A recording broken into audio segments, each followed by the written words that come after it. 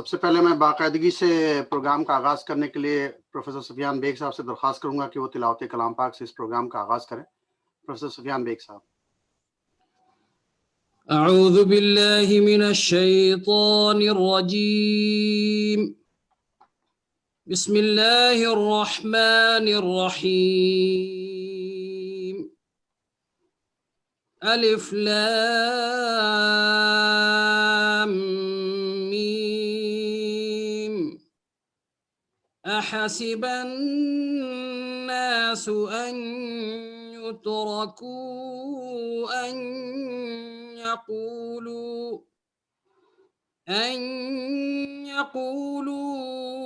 आमन्ना वहुम ला युफ्तनून। वलक़द फ़तन्ना अल्लज़ीन मिन क़ब्लिहिम फलयअलमन्न अल्लाहु अल्लज़ीन सदक़ू वलयअलमन्न अल-काज़िबीन। अम हसिबल्लज़ीन यअमलून अस्सय्यिआति अन यस्बिक़ूना साअ मा यहकुमून। मन कान यरजू लिक़ाअ अल्लाहि फ़इन्न अजलल्लाहि लआत वहुवस समीउल अलीम। सदक़ल्लाहुल अज़ीम। Alif Lam Mim. Do people think once they say we believe that they will be left without being put to the test? We certainly tested those before them, and in this way Allah will clearly distinguish between those who are truthful and those who are liars. Or do the evildoers simply think that they will escape us? How wrong is their judgment. Whoever hopes for the meeting with Allah, let them know that Allah's appointed time is sure to come. He is the all-hearing, all-knowing. Sadaqallahul Azim. बहुत बहुत शुक्रिया Sufiyan bag साहब। इस programme का बाकायदगी से आगाज हो गया। मैं अफजाल उस्मानी अलीगढ़ अलुमनाई एसोसिएशन के हैसियत से आप सभी लोगों का तहे दिल से खैर मकदम करता हूँ।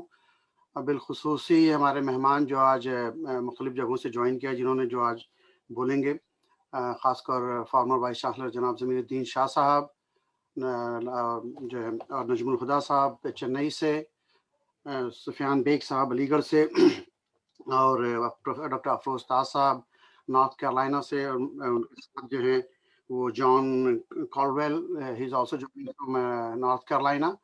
I welcome you all on behalf of the Aligarh Alumni Association. I will do a brief introduction of the association, but before that I will request Dr. Rafat Hussain Saab to please introduce our chief guest, Professor Lieutenant General Zamiruddin Shah Saab. Rafat bhai, aap muted hain. Thank you. Thank you, Mr. President, for giving me this opportunity. Assalamu alaikum. Good morning, good evening. It is my distinct honor and pleasure to introduce one of my most favorite vice chancellors of the Aligarh Muslim University. Before joining the university, Lieutenant General Shah had a distinct career with Indian Army.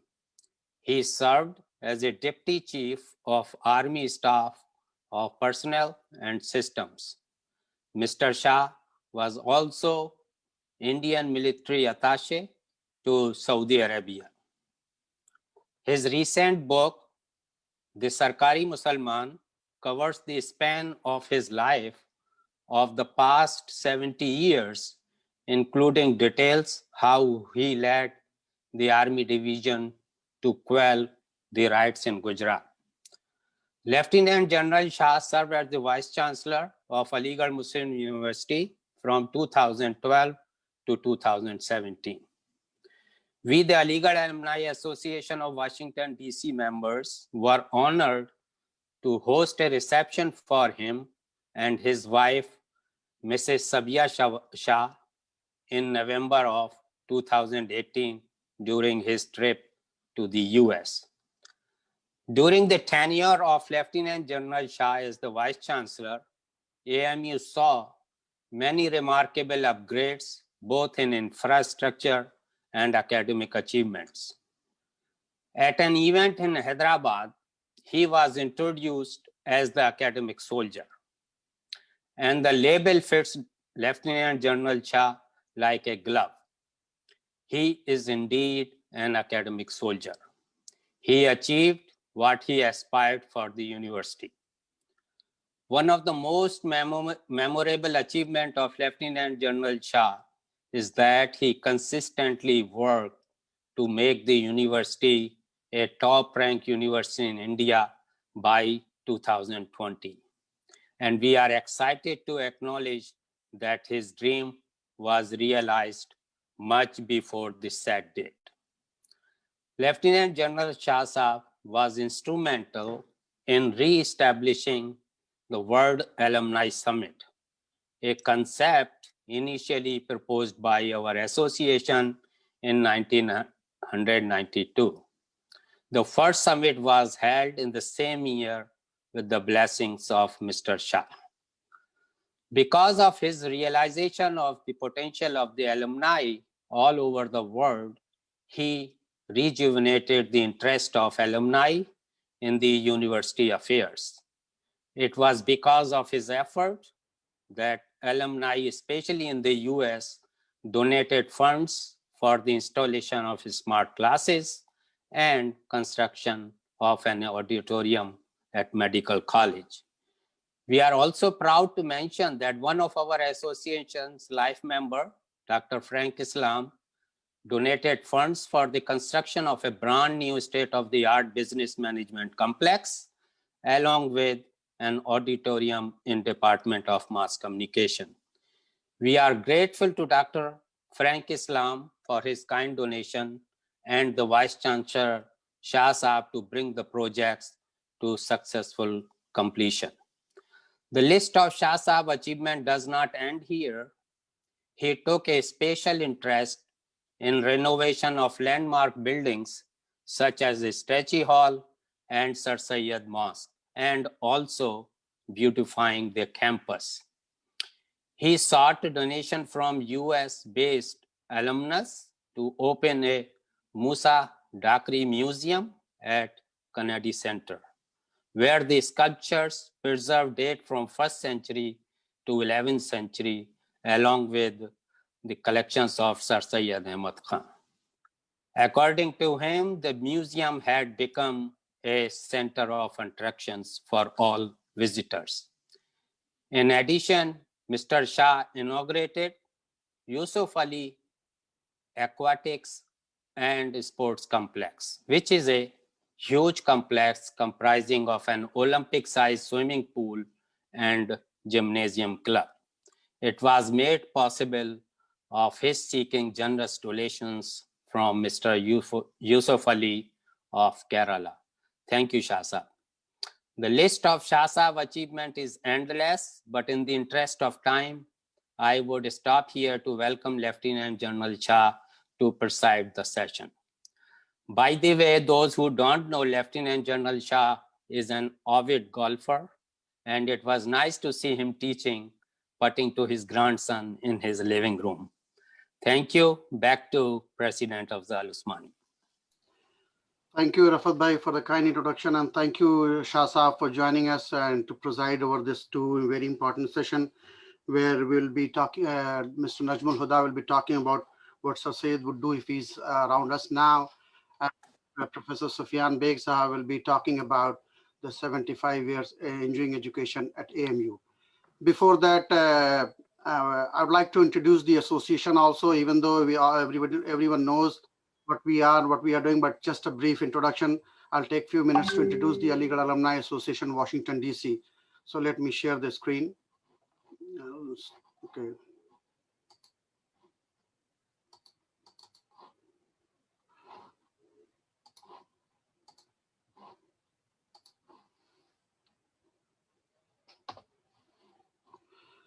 Okay.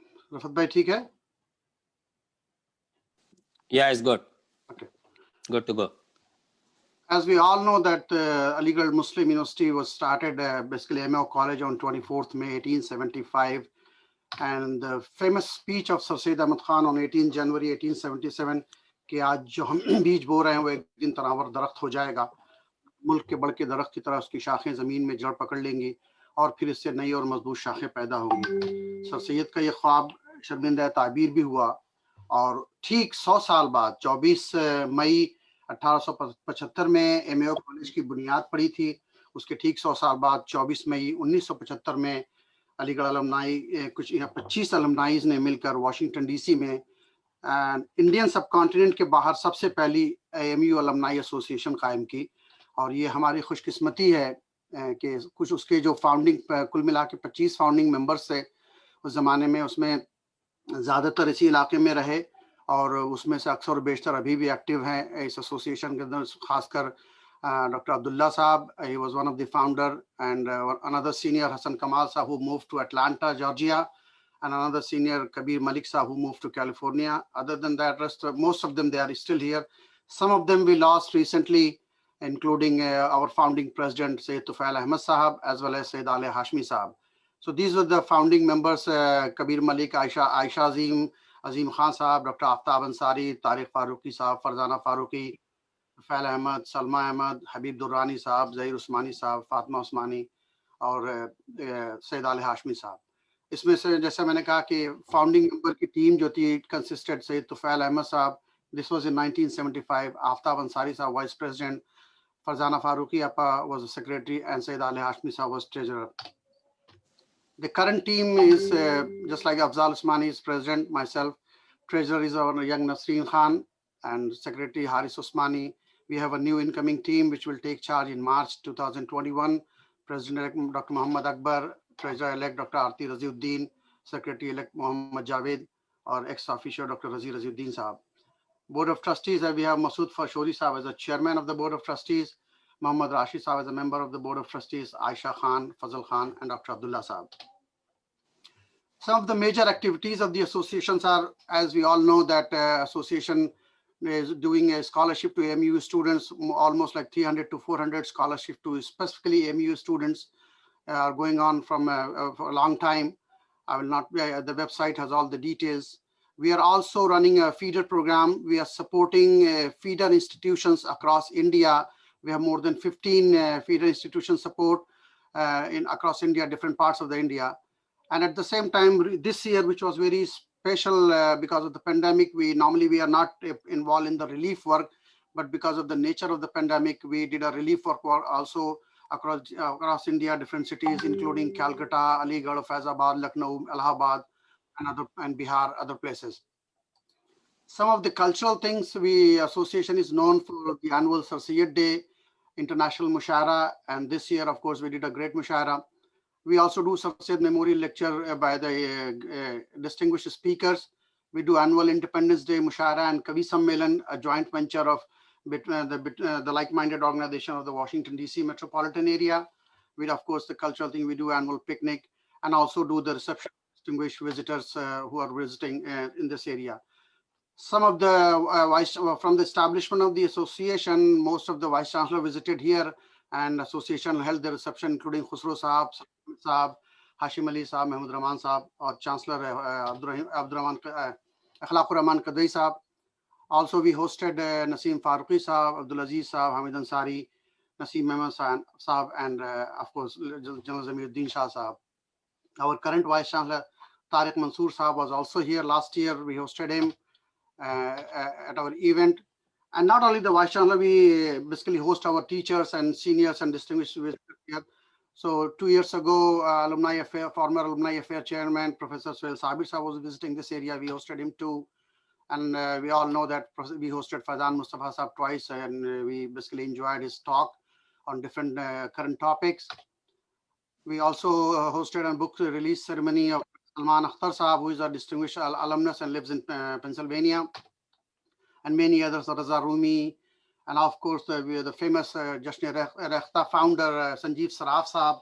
He was also visiting the area, so we hosted him and recognized his efforts. for his contribution. We also recognized other people like TwoCircles.net founder Kashiful Huda and Dr. Ana Safvi, who basically translated Sarsiya's work Asarus Sanadi. So we had her lecture and recognized her efforts. And not only the teachers or high-ranking officials, we also recognize the students who are visiting, or some of the youngsters who visited in this area. So last year, 2 years ago, at time, the Student Union President Mashkur Usmani was visiting in this area, so we hosted him too.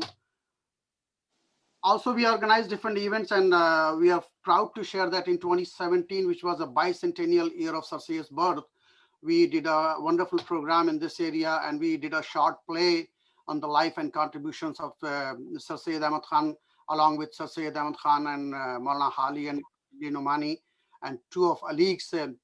Ali Rizvi Bhai played the role of Altaf Sen Hali, and our BOT chairman Masood Farshori Saab played a role of Allama Shibli Nomani. And of course, we have Khalid Hamid Saab, who is our supporter. He played a role of Sir Syed Ahmad Khan. And Abdullah Bhai was, of course, the narrator and wonderful, presented the program in a wonderful way. We also did a photograph exhibition on the bicentennial celebration of the luminaries of Aligarh movement. We did a book exhibition, and alhamdulillah, we had more than 200 books only on the life and contributions of Sir Syed Ahmad Khan, and we put those books on the display for the exhibition. One of the very rare things which we did on that program was Dastan Goi. None of the alumni association, to the best of my knowledge, started the tradition of Dastan Goi in our events, and so we invited one of our Aliq Dastan Go, Javed Danish Saab from Toronto, and he presented a very nice Dastan. And from there, a lot of alumni associations and organizations started doing the Dastan in the North America. Very recently, as part of the Centennial celebration, we did an annual Mushaira 2020 on 31st October with the legendary poets Munibur Rahman Saab, Javed Akhtar, Zahra Nigah, Amjad Islam Amjad, Iftikhar Arif, and Pirzada Qasim Saab. And of course, our own Dr. Abdullah Saab was the host or Nazim of the Mushaira. It was widely acclaimed Mushaira and global. It was done live on different outlets of the social media, Facebook, YouTube, and thousands of people watched live this Mushaira. As a part of the celebration, we are doing the 6th event. We did basically a total 6 events, and this is the week 2 and week 3 events. And we have on the week 2, we have invited current Vice Chancellor Tariq Mansoor Saab, our alumnus Frank Islam Saab, and Treasurer of AMU, Professor Zillur Rahman Saab, Sufyan Beg Saab, Abdurrahim Qudwi Saab, to talk on the different aspects. We also had on the week 3, we had a lecture by eminent scientist Dr. Shahid Jamil Saab, who presented 100 years of science at AMU, personal reflections. And of course, there was some light refreshment, entertainment thing too. And myself and Dr. Rafat Hussain presented Aligarh Ki Kahani Tasveeron Ki Zubani, which was not complete. We just had a glimpse of that one. And inshallah, in future, we'll do a complete series on Aligarh Ki Kahani Tasveeron Ki Zubani via Facebook and the YouTube.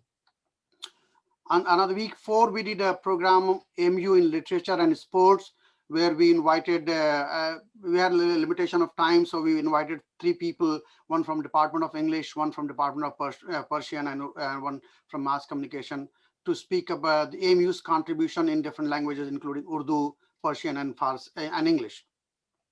We had a unique session on sports also, where we invited distinguished alumnus and Olympian Dr. Zafar Iqbal Saab, and we had a panel discussion, including with the game secretary of AMU and few of the former captains of AMU, different sports club of AMU, Mr. Parvez Khan, Faisal Ziauddin, and Ahmed Afsar, to talk about the different sports aspect, how they can help AMU to improve the condition of the sports. And that was a very well received program.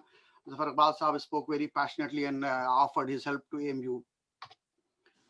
After that, we did a wonderful talk by Professor Faizan Mustafa Saab, which was basically the Aligarh Muslim University 100 years government, judiciary, and parliament. What was the role of government, judiciary, and parliament? And I feel honored to basically announce that almost more than 20,000 people already watched that program on YouTube and Facebook. So it was a very informative talk, even though a little bit longer, 1.5 hour talk or 1 hour 20 minutes. But it's a very wonderful talk, and I will recommend everyone who's listening, please visit on the YouTube or Facebook and listen to his talk. He talked in detail about the AMU's journey through judiciary and government and parliament.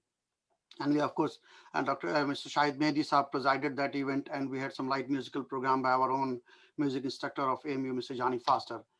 And today we have the sixth program in series, in the same series where Mr. Najmul Huda, one of our AMU, one of my senior and AMU alum, he's an IPS officer based in Chennai. He'll be talking about what would Sir Syed do, and Professor Sufyan Beg Saab will be talking about 75 years of engineering education, and Dr. and Mr. John Caldwell will talk about Aligarh Ki Yaadein, their own reflection of Aligarh. This is some of the team members of Aligarh Alumni Association, very active members. Alhamdulillah, we are blessed to have people of different age, but their passion cannot be compared with anyone. So these are the few team members of the Aligarh Alumni Association who are basically actively participating. And last but not the least, stay tuned. More program we are planning in pipeline, and inshallah I will reach to you to listen and basically to get inspired from those programs. Once again, thank you very much and welcome you all for joining this event. So we'll take this event forward. As we all know that Shah Sahib is already here, speakers are here. So I will request the next program is basically speaking about the 75 years of engineering education at AMU. And we are basically blessed to have a very senior engineering graduate from Aligarh Muslim University, who is also the ex-president of the Aligarh Alumni Association, Washington, DC, and he served also as the president of the Federation of Aligarh Alumni Association, Mr. Umar Farooq Saab among us. I will request him to please introduce Professor Sufyan Beg Saab. Umar Farooq bhai, unmute kar lein aap apne aap ko. Spotlight. मैं कर रहा हूँ.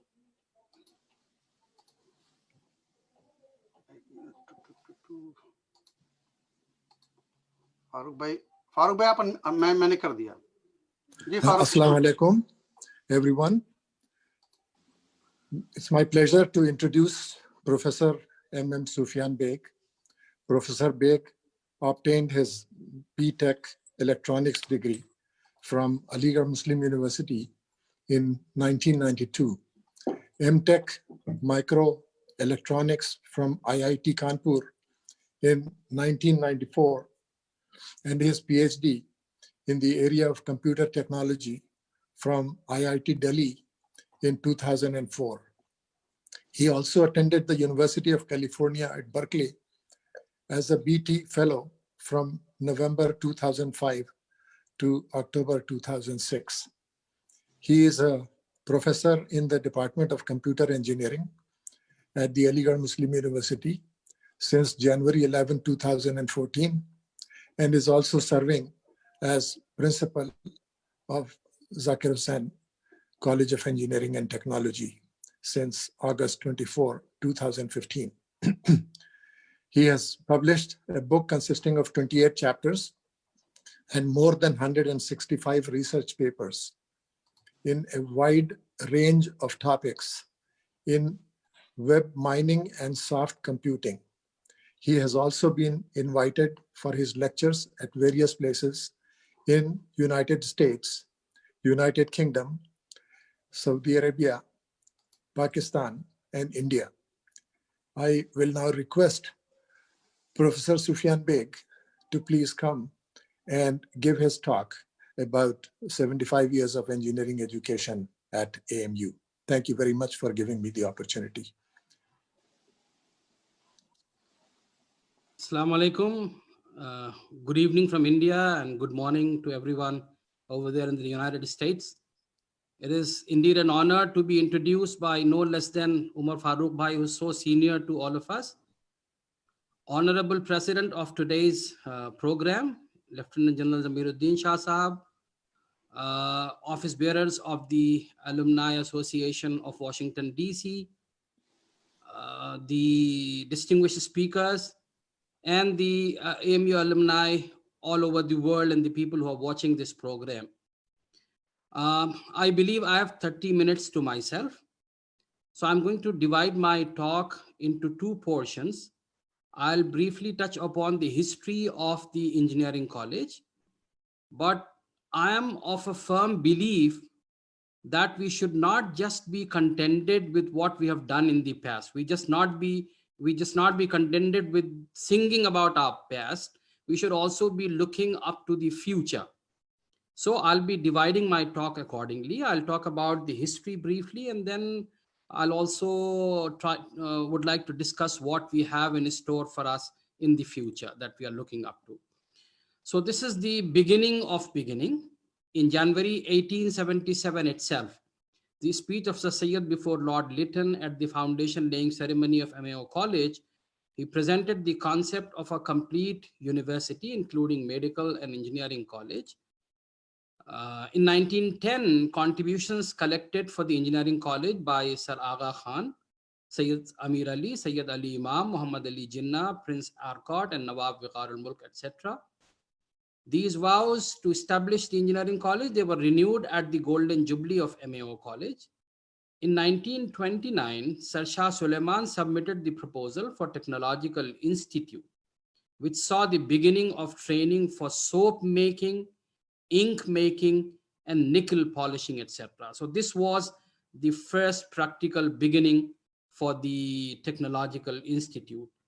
In 1930, Ubaidullah Khan Durrani started the training for motor mechanic and lathe machining. So this was the beginning of beginning. In times thereafter, we are going to touch upon the 1935, in which Sir Aga Khan reminded for the establishment of the college at the Muhammadan Educational Conference in Rampur. 1936 saw the beginning of diploma classes in electrician and motor engineering. And Rashiduddin Saab was from this batch. I'm sure if there are some audience from the electrical engineering department, they would remember this, old man with, flowing beard. And let me also remind you that he was also holding the homeopathic clinic at Shamshad Market in the evening, and he used to distribute the medicine free of cost. So he was from those, first people. We saw him when we were, young. On January 26, 1938, the foundation laid for the workshop by Nawab Rampur in the presence of Sir Aga Khan. In 1938, the first diploma batch graduated. For these courses, Ubaidullah Durrani became secretary in 1935-36, subsequently became superintendent in 1936 to 38, and principal of the college in 1938 to 40. In 1940-41, the degree courses in electrical and mechanical started. Sayyid Ahmad Abbas admitted in 1941. He became the principal of Polytechnic later, and he was the architect for boys and women's Polytechnic at the Aligarh Muslim University. What followed was in 1946, the back portion of the main building of the engineering college came up, towards the east of the masjid in the main quadrangle. Dr. Zakir Hussain paid special attention, and the college was named Dr. Zakir Hussain College of Engineering and Technology. In brief, I may be referring to it as that as CET, as we fondly remember. In 1969-70, it was named. In 1950, the Institution of Engineers of India recognized the degree being issued by this college. 1951-52, it saw the expansion of the building. The market constructed by Sir Ross Masood in 1930-31 became a part of the building. So originally, at the place of the main building of the engineering college, there used to be a fruit and vegetable market. So that building, it encompassed that market in it. 1951-52, the joint meeting of the principals of all the engineering colleges of India took place here, and that was organized by K.C. Chakku. And that is when the engineering college at the Aligarh Muslim University started getting its recognition, and people started knowing about it. Cabinet Minister Rajkumari Amrit Kaur visited the college that year. 1953-54, a big grant was received from All India Council for Technical Education, and modernization was done. Three things started under the principal K.C. Chakku. Firstly, he started the survey camps for the engineering students, and my dad, who was also a professor of electrical engineering, used to tell me that survey was being done by all the branches of engineering, not just by civil engineers. Engineering college exhibition, that used to happen for quite a few years, and it was a big, crowd puller. And instructional tours used to happen, and I remember going on one such tours with my dad, and it was, they used to reserve the full bogie of the train, and it used to go around, the whole country and visiting so many different industries. This is the plaque which is still, at the backside of the main building. It says Electrical Engineering Laboratory, inaugurated by Shri Hafiz Muhammad Ibrahim, who was the Minister of Finance and Power, Uttar Pradesh, and it was on January 21, 1956. So it is still, embedded there. A slide about the University Polytechnic, which is one of the important components of the Faculty of Engineering and Technology. It became an independent entity in 1961-62. Foodcraft Institute started at its campus in November 1984. Although this Foodcraft Institute was not a part of the university, but it was operating. And then later there were some problems and it had to be closed down. 3 main branches were there till 1985. Electrical, mechanical, civil. 85-86 saw addition of 4 more, such as electrical instrumentation, architecture, drafting, and designing. It was judged the best polytechnic in Northern region in 1992 and best polytechnic of India that was awarded in 1993. It was led by Professor Ziauddin Ansari, who was a Hyderabadi to the core, by his language, by his, his culture and all, from 1961 to 1968. In 1966, the Women's Polytechnic got approved and its building and hostel was completed in 1969. BE evening courses, they started in 3 branches in the times of Nawab Ali Yawar Jung under the leadership of Professor Ziauddin Ansari. These courses were meant for those students who, after getting their diploma in the different branches, may be carrying out a job during the daytime, so they can study in the evening and get their degrees in hands. So these courses are still running till date. In 1964, the 2-year MSc engineering courses started. So the master's degree was being awarded, first in electrical and then in mechanical and civil too. Book bank was established, which is one of the very good practices that we still follow. At just the 15% cost of the book, we issue the books to the students for the full semester, to all the students for the full semester. After the semester, they can return those books. And through, that 15% earning of the cost of the book, we are able to replenish or replace those books after 6-7 years. So this is a very good practice. The only flip point over here is that when the student, they walk out with a degree, they have a very little collection of the books of their own.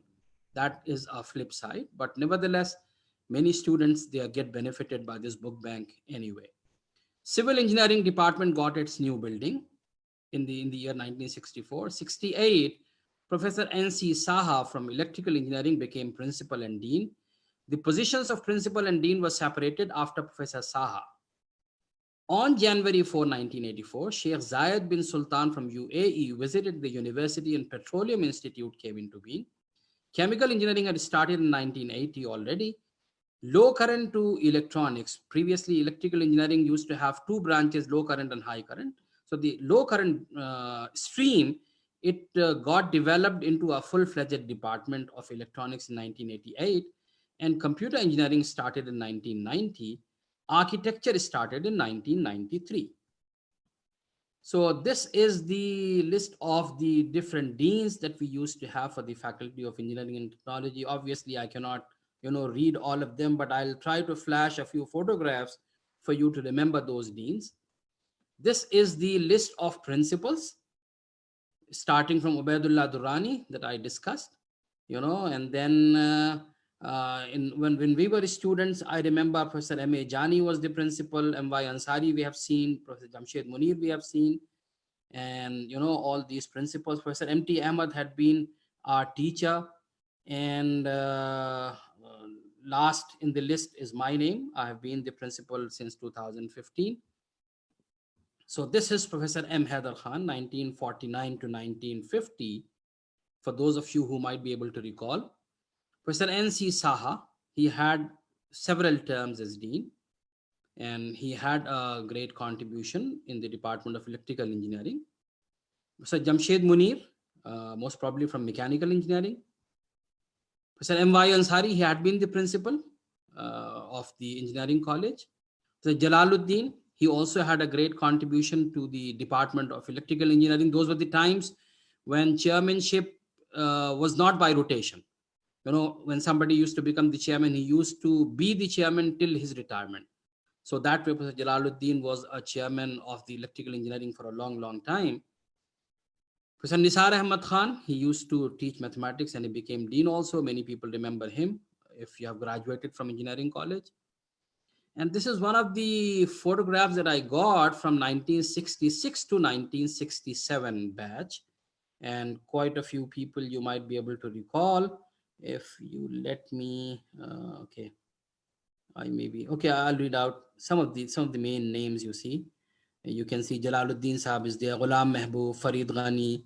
You know, they were all young faculty members in those times. Now, the second part of my presentation will start, what we are today and what we are looking up to. Our college, as I said, it is named after the ex-Vice Chancellor of AMU and former President of India, Bharat Ratna, Dr. Zakir Hussain. The college's excellence was identified out of 400 institutions across the country and put in the list of 7 selected institutions to be upgraded to the level of IIT. I'll devote a little time here. Many people, they wonder why was it that we were offered to become an IIT, but we chose not to. The reason, the reaction could be mixed, but my point of view is that had we chosen to be an IIT, the Aligarh Muslim University would have lost its control over us. Look at the plight, let me use the word plight, of IIT BHU. The Engineering College of Banaras Hindu University, they chose to become an IIT. Today, apart from occupying the land of BHU doesn't have any control over IIT BHU whatsoever. They have their own board of governance, to which even the Vice Chancellor of BHU is not a member, leave alone being the chair of the board of governors. So we chose to be an integral part of the Aligarh Muslim University and to stay with the Aligarh Muslim University for all times to come. Our all undergraduate courses were accredited by the National Board of Accreditation for 5 years in 2009 and again in 2016. That is one of the achievements that we have done. Not many engineering colleges in India have this, this to the accredit. Most of the PG courses are also accredited by NBA for 5 years in 2016. We were ranked 39 in National Institution Ranking Framework 2020, including all IITs and ITs, centrally funded institutes, etc. Not that we are contented with our rank 39. We should have gone a little higher, but there are many reasons why we are there, and I'll leave it to some other time to discuss. Probably quickly, I may touch upon a couple of reasons. First is employability. Being away from the national capital region, our placement suffers a little bit. I'll devote a little more time later. And secondly, we are not able to make the reservations as the government wants us to do, the minority character and all. Let me just give a passing reference to it. So these may be the couple of reasons that we go a little down in ranking. List of some of our distinguished alumni. Zafar Iqbal, Afzal Usmani Sahab just talked about it, the Olympic gold medalist in hockey. He is our product. Professor D.P. Agarwal, who has been the chairman of Union Public Service Commission. He has been one of our alumni. Mansoor Ahmad, General Manager, Airport Authority of India. Anubhav Sinha, the noted film director, has graduated from our engineering college. Zafar Alam, ex-MLA. Khushbu Mirza, who is of the Chandrayaan team fame. Ambrish Kinghe, who was the Vice President Mintra. Sudhanshu Jain, Director Alcatel. Tahir Madraswala, President and CEO Open Silicon. Amir Qutub, he's one of the Young Turks, Enterprise Monkey based in Australia, and many, many more. Usually I avoid calling names because, taking names because if I miss, it is not a good thing. My apologies in advance if I missed more important people, but this is just to give you a glimpse. We have 11 departments of studies. Civil, electrical, and mechanical departments are offering BTech, BE, MTech, and PhD programs. Electronics, computer, chemical, and petroleum studies are offering BTech, MTech, and PhD programs. Architecture is offering BArch and MArch. Remaining 3 departments, applied physics, applied chemistry, and applied mathematics, are support departments offering MSc, MTech, MPhil, PhD programs. So this is the list and the intake of UG courses. Let me not devote more time. The point that I want to highlight is that 5 years accreditation in 2009 to all our UG courses, and again 5 years in 2016. So we had that way, we had been, performing consistently over the years, right? So, yeah. PG courses, I would like the audience to know about the PG courses that we run. Power systems and drives, instrumentation and control, high voltage and insulation engineering. They're all run by electrical engineering department. Electronic circuits and system design and communication information systems by electronics engineering. Civil engineering, they run structural engineering, environmental engineering, hydraulic structure, geotechnical structures, and they're all accredited. You can see the comments. Chemical engineering runs a postgraduate program in chemical engineering. Petroleum studies likewise runs a program. Computer engineering runs a program. Mechanical engineering, quite a few streams like machine design, industrial and production engineering, thermal engineering. And then interdisciplinary nanotechnology center runs an MTech nanotechnology program, and human factors engineering runs MTech biomedical engineering. We had been fortunate to get a huge grant from World Bank named as Technical Education Quality Improvement Program. Under the second phase of it, we could get a total of 15 crores just for our college, which is a huge grant for us. And performance wise, we figured in top 5 for this grant, and we were awarded the phase 3 of it, which is 7.7 crores till date. And it may even go further up. We are made over and above, we are made mentor for other institutes now. For other engineering institutes, we are mentoring them. Industry MOUs under CI, Confederation of Indian Industries, we signed MOU with the following 5 industries at the 2016 Visitors Conference at Rashtrapati Bhavan. These were the 5 industries, and we were led by our visionary Vice Chancellor, Lieutenant General Zamiruddin Shah Sahab, and we visited. This is one of the photographs that we had at the Rashtrapati Bhavan. Myself, Dr. Saad Alam, the then Registrar, Professor Javed Akhtar, Lieutenant General Zamiruddin Shah Sahab, and one more faculty member, Yasir Rafat. So we all visited Rashtrapati Bhavan and we signed those MOUs. Incubation is one of the important activities that we do. It is to nurture the spirit of entrepreneurship among talented and ambitious students. A team of 4 BTech students had gone for the GE Edison Challenge under the patronage of Dr. Saad Alam. 2 students were from computer engineering and 1 each from electrical and electronics, and we could get an award worth rupees 10 lakhs. 2 lakhs had gone to these students. That is what they had laid down. And 8 lakhs came to the engineering college for setting up an incubation unit. And that is what we have put in place. Students clubs are running: Robo Club, American Society of Mechanical Engineers, and students chapter for ASCE, Society of Automobile Engineers, Center for Disaster Management, Center for Advanced Research in Electrified Transportation, and Entrepreneurship Development Cell. So AMU Robo Club is a students' body that was founded in 2018. A lot of activities like regular classes and guest lectures, annual workshops, project exhibitions, students' competitions, they happen. These are some of the snaps from the AMU Robo Club. They have won laurels from all across the country. These are some of the press coverage. Robot रखेगा हर हरकत पर नजर, ZSCIT के Robo Club ने बनाया इशारों पर चलने वाला robot. And then Society of Automotive Engineers, they had been doing very good when it comes to competitions like FE Cycle, various editions, Baja, Supra, design formula cars and all. And they have been winning prizes. First prize for the G Edison Challenge that I talked about. All India rank 18 for the design hybrid human powered vehicle. Then we have Autonomous Underwater Vehicle Club. This was also started, and we have been able to get the Marine Technological Society recognition for our students. And these are some of the achievements, which is relatively a young club. We got 4th position, qualified CDR rounds, concept design, People's Choice Award, Innovation Club of 2018 awarded at Rashtrapati Bhavan, all the way there, and top 4 in startup idea. These are some of the achievements by our students. G Edison Challenge that I talked about, awarded by Facebook for an innovative design, and FE Cycle Award. These are some of the designs by our students, and awarded also AMU race car head turner at Auto Expo.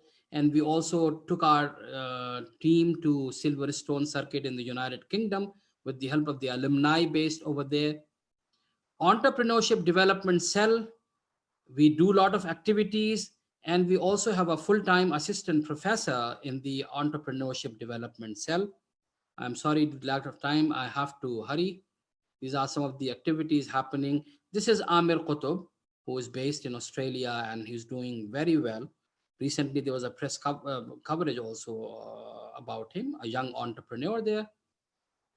Then we have research groups: Nanotechnology Center, Center for Interdisciplinary Biomedical and Human Factors Engineering, and Center for Advanced Research in Electrified Transportation.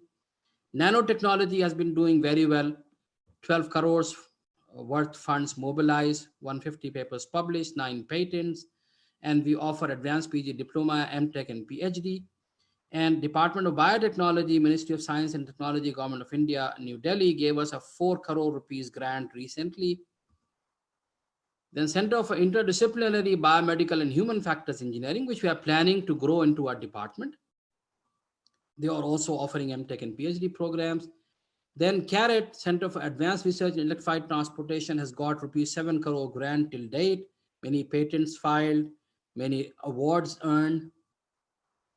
Our training and placement office is in addition to the training and placement office of the engineering of the university, and we need a branch office in the National Capital Region for our students to be better employed and better, brought into the light of the industry. Then we have IPR cell, intellectual property rights cell. A lot of activities happen. We have a full-time assistant professor there too, who's a law graduate. Then we have a language lab, a lady who is having a degree in communicative English. She is teaching as assistant professor in this language lab. These are the students' annual techno-cultural festival, which at our point of time used to be called Tech Fest. Now it is ZARF. Some of the snaps, the students' techno-cultural festival, various editions. Then we also hold alumni meet, Silver Jubilee, and from 1968 batch, we had been doing Golden Jubilee also. So that is something to cherish for all our alumni to converge at the college where they have graduated from. This is my batch, Silver Jubilee, that we solemnized in 2017. Now, recent additions. We've started our Department of Humanities and Interdisciplinary Studies. From this year, we have started BTech in Food Technology. The admissions are happening right now. Because of the pandemic, they have been delayed a little bit. We've started MTech in Earthquake Engineering, MTech in Biomedical Engineering. These are all recent additions. MTech in Artificial Intelligence, MTech in Material Science, MTech in Robotics and Automation, MTech in Geotechnical Structures, MTech in Renewable Energy Resources Engineering, and MSc in Applied Mathematics. We are also starting a B Pharma course. You might be wondering why is it being started under the engineering faculty and why not medicine? The reason is that B Pharma in India, it comes under All India Council for Technical Education. So we have been entrusted with the responsibility to start the B Pharma course from next session. Center for Artificial Intelligence has been established. Center for Renewable and Green Energy has been established. BTech in Aerospace Engineering is also starting from next year. We had a meeting today only, and we are very serious to start from next year. Our response to the COVID-19, to conclude, that is very important. कम कीमत की machine बिना छुए हाथों को करेगी sanitise. Our students designed it, this sanitizer, which is very cost effective solution. Then 4-way splitter for ventilator that has been designed by our mechanical faculty. Shortage of ventilator could be met by using this 4-way splitter. Then AMU Engineering College ने तैयार की face shield. This is our response to COVID-19. डॉक्टरों को corona संक्रमण से बचाएगा विशेष box. A box had been designed for the administering and doing a checkup of a corona patient who is made to lie up, and the doctor is safe when he is examining the patient. The last slide, our development plan. We are planning an integrated or a dual degree program. There's a subtle difference between these two. Integrated program, you directly get the master's degree after 5 years. Dual degree, after 5 years, you get BTech as well as MTech degree. So we are thinking in the lines to develop this.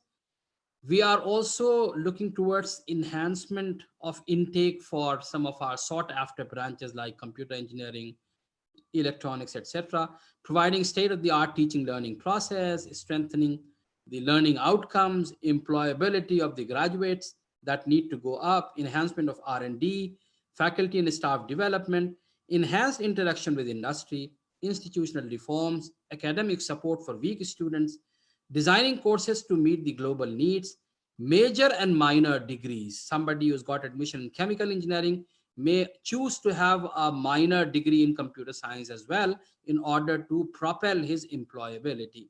So we are also playing with the idea of avoiding major and minor degrees in different disciplines. Thank you very much.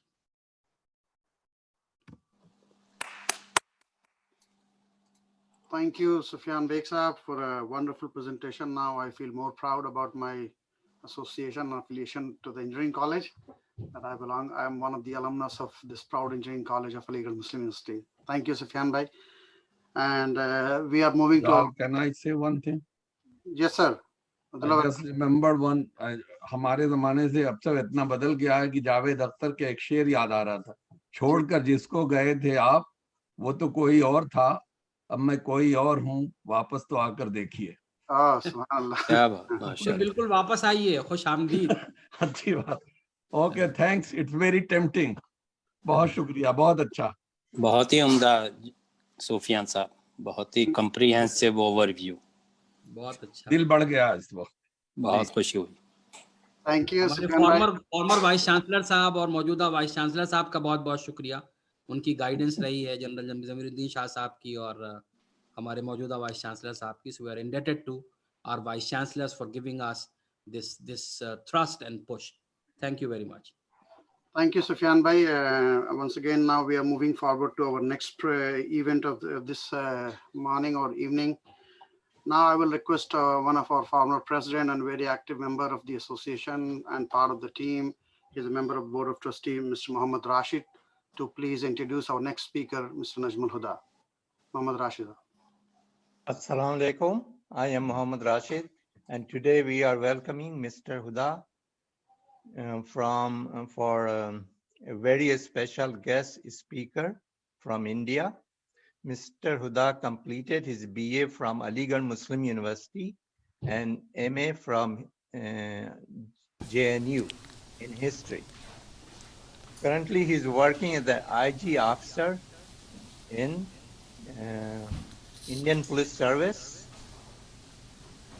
Today, he will be sharing with us his expert opinion on Sir Syed Ahmad Khan, genuine Muslim thinker in the modern age, and what Sir Syed Ahmad Khan would have done if he was among us today. With great pleasure, let's please welcome Mr. Najmul Huda. Thank you very much.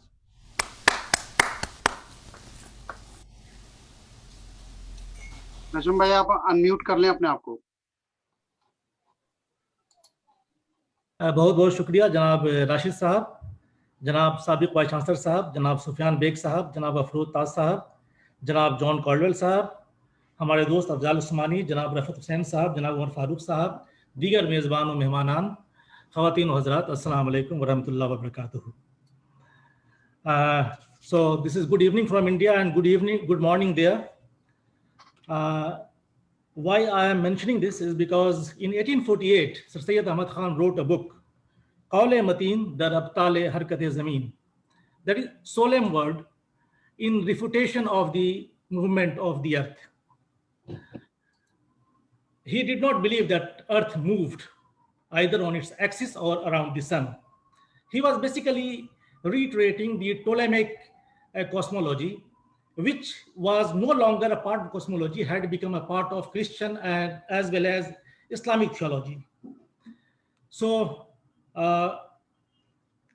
now that there is morning and here it is evening, we know that earth moves, and Sir Syed also changed his views and became very radical in the propagation of the scientific methodology. Sir Syed was basically, to begin with, a munazir, or a theologian who loved to do polemics, munazara. And he wrote a book called Rahe Sunnat dar Radde Bidat, जिसमें उन्होंने इस पे भी बहस की, ये किताब है 1850 की, इस पे भी बहस की कि चूंकि रसूलुल्लाह सल्लल्लाहु अलैहि वसल्लम आम नहीं खाते थे, इसलिए क्या आम खाना जायज़ है? बड़े हेजिटेशन के बाद वो इस नतीजे पर पहुंचे कि आम खाना जायज़ तो है, लेकिन अगर कोई शख्स इस वजह से आम ना खाए कि रसूलुल्लाह सल्लल्लाहु अलैहि वसल्लम ने नहीं खाया था, तो क़यामत के दिन फरिश्ते उसकी कदमबोसी करेंगे. अब ये बस हमने इंट्रोडक्शन दिया. I will come to this theme later on. आप सब लोग मगरिब में हैं, वेस्ट में हैं, और ये कहना यहाँ पे ज़रूरी है कि सर सैयद अहमद खान वो वाहिद बड़े थिंकर हैं, the only major thinker who did not revile, defame the West. Everyone from Jamaluddin Afghani to Allama Iqbal to Muhammad Abdahu to Sayyid Qutb to Maulana Maududi to Maulana Abul Hasan Ali Nadwi, everyone reviled West as a den of materialism, debauchery, and every absolute immorality. इसकी वजह से क्या हुआ कि they posited a dichotomy between modernity and Islam, and this conception of the West became a major hurdle in the path of the modernity of the Muslims. और इसमें यह हुआ कि एक ओरिएंटलिज्म तो बहुत ही एकेडमिक फील्ड है, एक्सपर्टीज का, जिसमें कि मगरिब के लोग मशरिक का मुताला करते हैं. ऑक्सीडेंटलिज्म it's non-academic, non-intellectual, it's about the popular opinions, जिसमें कि मशरिक के लोगों ने मगरिब के ऊपर they projected their most lascivious thoughts on the Western society. These people went to the West, they enjoyed the blessings of the West, but when they had to report back home, they did not talk about the fruits of Renaissance, humanism, enlightenment. इसके बरक्स sir Syed was totally dazzled. उन्होंने west को उसकी ऐसी शक्ल में पेश किया कि वो वहाँ भी ऐसे, अपने यहाँ भी वैसे ही इदारे कायम करना चाहते थे और वैसे ही मुआशरे की तामीर चाहते थे. अब आप लोग सब साकिनाने मगरिब हैं, अगर वेस्ट इतना ही बुरा होता तो आप वो शेर है तायर लाहूती वो पढ़ते वापस चले आते, लेकिन ऐसी बात नहीं है. एक अभी हमारे दोस्त ने कहा कि हम जो करने जा रहे हैं वो काउंटर फैक्चुअल स्पेकुलेशन है. नहीं, ऐसा नहीं है. काउंटर फैक्चुअल स्पेकुलेशन तब होता जब हम ये स्पेकुलेट करते कि सर सैयद ने वैसा किया होता तो क्या होता. हम जो भी कर रहे हैं वो ये है कि लॉजिकल कोरोलरी डिराइव कर रहे हैं. सर सैयद ने जो एग्जाम्पल सेट किया, उनकी जो तालीमात थी और उनकी जो मिसालें हैं उससे.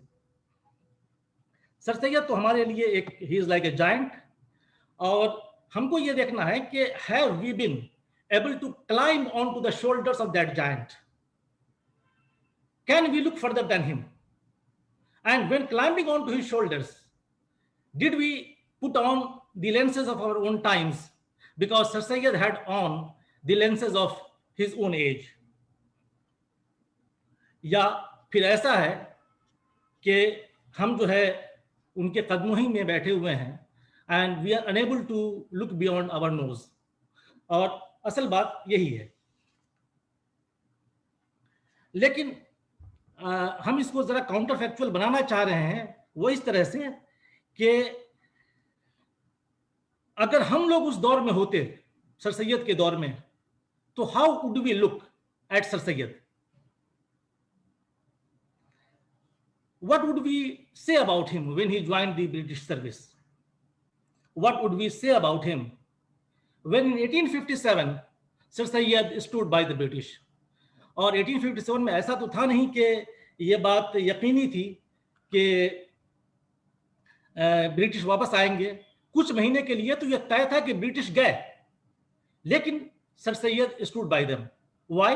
Because the wise man that he was, at the subconscious level, he could perceive that even if the British were to go, the idea that they have brought, the idea that they have implanted would remain. An age was dead, a new age was being born, and he chose to be one of the harbingers, one of the pioneers of the new age in India. फिर sir Syed ने एक किताब लिखी, अहकाम ताम अहले किताब, जिसमें उन्होंने ये कहा कि अहले किताब का जो ज़बिया है वो खाना हलाल है, जो कि हम आज तक इस पे मुत्तफिक नहीं हो सके हैं. और आप लोग चूँकि वहाँ रहते हैं तो आपको रोज़ाना ये दिक्कत पेश आती होगी. हम ये समझते हैं कि अगर हम सर सैयद के अहद में होते तो we would have been amongst his staunchest supporters. Really? No, we would not be. We don't even recognize Sir Syed as a thinker. We are here to pay tribute to him as the builder of our college. We have completely buried his religious thoughts. We have completely gone against his political position. 122 साल हो गए sir Syed को मरे हुए, आज तक उनकी तफसीर को उनके अपने इदारे ने शाया नहीं किया है. हमने 3 दिन पहले एक प्रोफेसर साहब से बात की, उन्होंने बताया कि साबिक वाइस चांसलर साहब जो कि आज मेहमान खुसूसी हैं, उन्होंने एक प्रोफेसर को जिम्मेदारी दी थी कि आप इसकी इदारत करके इसको शाया करें. उन्होंने ऐसा इंट्रोडक्शन लिखा, so calumnious, so scurrilous that it could not be published. अब जाहिर है हम सर सैयद के मजहबी ख्यालात के खिलाफ तो ज़रूर हैं, लेकिन उनके ममनून हैं, मशकूर हैं. अब खुद उनके इदारे के तलबा होते हुए हम ये बात कैसे गवारा कर दें कि उनके ऊपर सब्बो शतम किया जाए? तो वो किताब शाया नहीं हो रही है. तो बेसिकली आज हम या जो ये this series of meetings, it is for thanks giving, not for actually assessing what sir Syed would do. We are not here to assess the relevance of the great man. और इसलिए कि अगर हम उनके ख्यालात का एक्स्ट्रापोलेशन करें आज के कॉन्टेक्स्ट में, तो हमारे जो बहुत ही strongly held religious, political, social beliefs हैं, उससे बड़ा कॉन्फ्लिक्ट होगा. Anyway, sir Syed as we know him was a product of 1857. 1857 के पहले और बाद के सर सैयद में ज़मीन आसमान का फ़र्क है. ये दो मुख्तलिफ शख्सियात हैं. 1857 के बाद तो यूँ लगता है कि जैसे सर सैयद का पुनर्जन्म हुआ. He transition into an entirely new mental universe. उसके पहले जब उनसे कोई कहता था कि नया अहद आ रहा है तो वो बुरा मानते थे. आईन अकबरी का उन्होंने नया एडिशन तैयार किया. मिर्ज़ा गालिब जो कि उनके बुजुर्ग थे, उनके पास लेके गए कि आप इसकी तकरीज़, इंट्रोडक्शन लिख दीजिए. गालिब ने कहा किस चक्कर में पड़े हो, नया दौर आ रहा है, इन नए साहिबान को देखो कि वो क्या ख्यालात, क्या तस्वुरात और क्या निज़ाम लेके आए हैं, इस पे लिखो. सर सैयद बुरा मान गया. और गालिब को देखिए, he was very perceptive man. उन्होंने शायरी में इस तरह का कोई जिक्र नहीं किया है. एक किताब लिखी दस्तंबू 1857 के واقعات پہ کہیں بھی انہوں نے انگریزوں کی مذمت نہیں کی ہے. حالانکہ ایسا نہیں تھا کہ وہ تکالیف سے نہیں گزرے، اس کے باوجود وہ جانتے تھے کہ جو عہد چلا گیا وہ چلا گیا اور نیا عہد آنے والا نہیں ہے. تو پہلی تبدیلی سر سید احمد خان میں کیا آئی؟ پہلا یہ تھا کہ realistic appreciation of the situation after 1857. اس میں پہلا کام تو یہ کیا کہ 3 کتابیں لکھی، تاریخ سرکشی Bijnor, Asbab Baghawat Hind and the loyal Mohammedans of India, جس میں بیسیکلی یہ کوشش تھی کہ انڈینس کو ایبزالو کیا جائے، ان کے اوپر جو انگریزوں کا الزام تھا کہ انہوں نے غداری کی، بغاوت کی، بالخصوص مسلمانوں کو ایبزالو کیا جائے اس الزام سے. جب یہ کام ہو گیا تو 1862 میں ہی سیٹ آؤٹ ٹو رائٹ التفسیر آف بائبل. اس کا نام تھا تبین الکلام فی تفسیر التورات والانجیل علی ملت الاسلام. انگلش نام تھا دی محمدن کامنٹری آن دی بائبل. یہ جو ہے پورے تاریخ اسلام میں پہلا نان پولیمیکل، غیر مناظرانہ تفسیر ہے بائبل کی. بیسیکلی پورے بائبل کی تفسیر نہیں ہے، مینلی جو ہے وہ جینیسس پہ ہی فوکس کیا ہے اور 3-4 چیزیں دکھانے کی کوشش کی ہیں کہ کرسچنز جو ہیں وہ مونوتھیسٹس ہیں، گاسپل میں، نیو ٹیسٹامنٹ میں ٹرینیٹی کا سپورٹ نہیں ہے.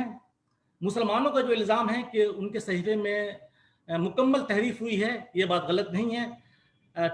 تراجم ہوئے ہے، تراجم میں کچھ مسائل ہوں گے لیکن تحریف نہیں ہوئی ہے. جو تحریف ہوئی ہے وہ معنوی ہوئی ہے، انٹرپریٹیشن میں ہوئی ہے، الفاظ میں جان بوجھ کی تحریف نہیں کی گئی ہے.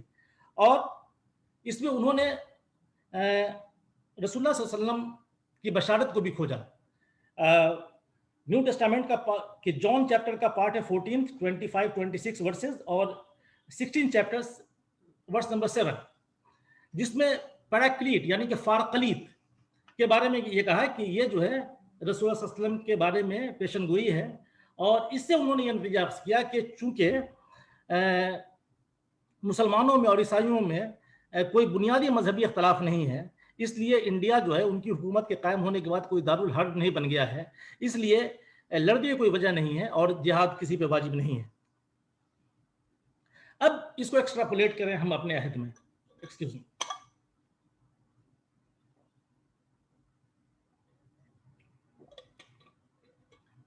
اب ہم ایکسٹراپولیٹ کریں اس کو اپنے عہد میں کہ اگر سر سید آج زندہ ہوتے تو آج کے جو حکمران ہیں ان کے تئیں ان کا کیا رویہ ہوتا؟ کیا وہی رویہ ہوتا کہ جو انگریزوں کے ساتھ تھا کہ ان سے مصالحت کی جائے، مفاہمت کی جائے، ان کو کنسیلیٹ کیا جائے، ان کو سمجھنے کی کوشش کی جائے، یا جو ابھی ہم کرتے آئے ہیں سر سید کے بعد سے کہ کنفرنٹیشن کا رویہ چلاتے رہتے؟ اس میں پریشانیاں کہاں آ رہی ہیں؟ بات یہ ہے کہ سر سید نے تبین الکلام لکھ کے یہ دکھا دیا کہ ہند کے مسلمانوں میں اور عیسائیوں میں کوئی بنیادی فرق نہیں ہے مذہب کے معاملے میں.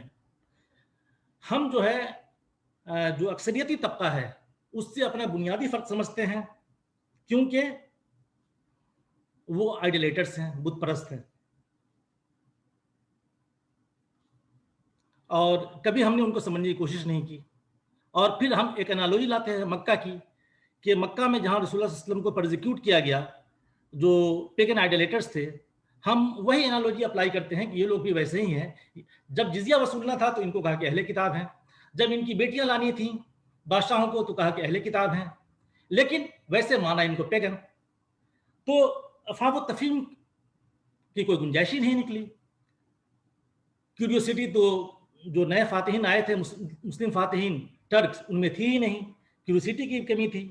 اور ایک بڑی وجہ یہ تھی کہ انگریزوں کو تو ہم نے یہ مان لیا کہ انہوں نے ہم کو طاقت کے زور پہ فتح کیا، یہاں کے اکثریتی طبقے نے ایسا کیا نہیں تھا. تو یہ تو ہمارے سابق مفتوحین تھے، ہم کیوں ان سے دب جائیں اور ہم کیوں ان سے صلح صفائی یا مفاہمت کی بات بھی کریں. یہ ایک بڑا مسئلہ تھا اور وہ آج بھی ہے. سر سید نے تو لکھی وہ تبین الکلام.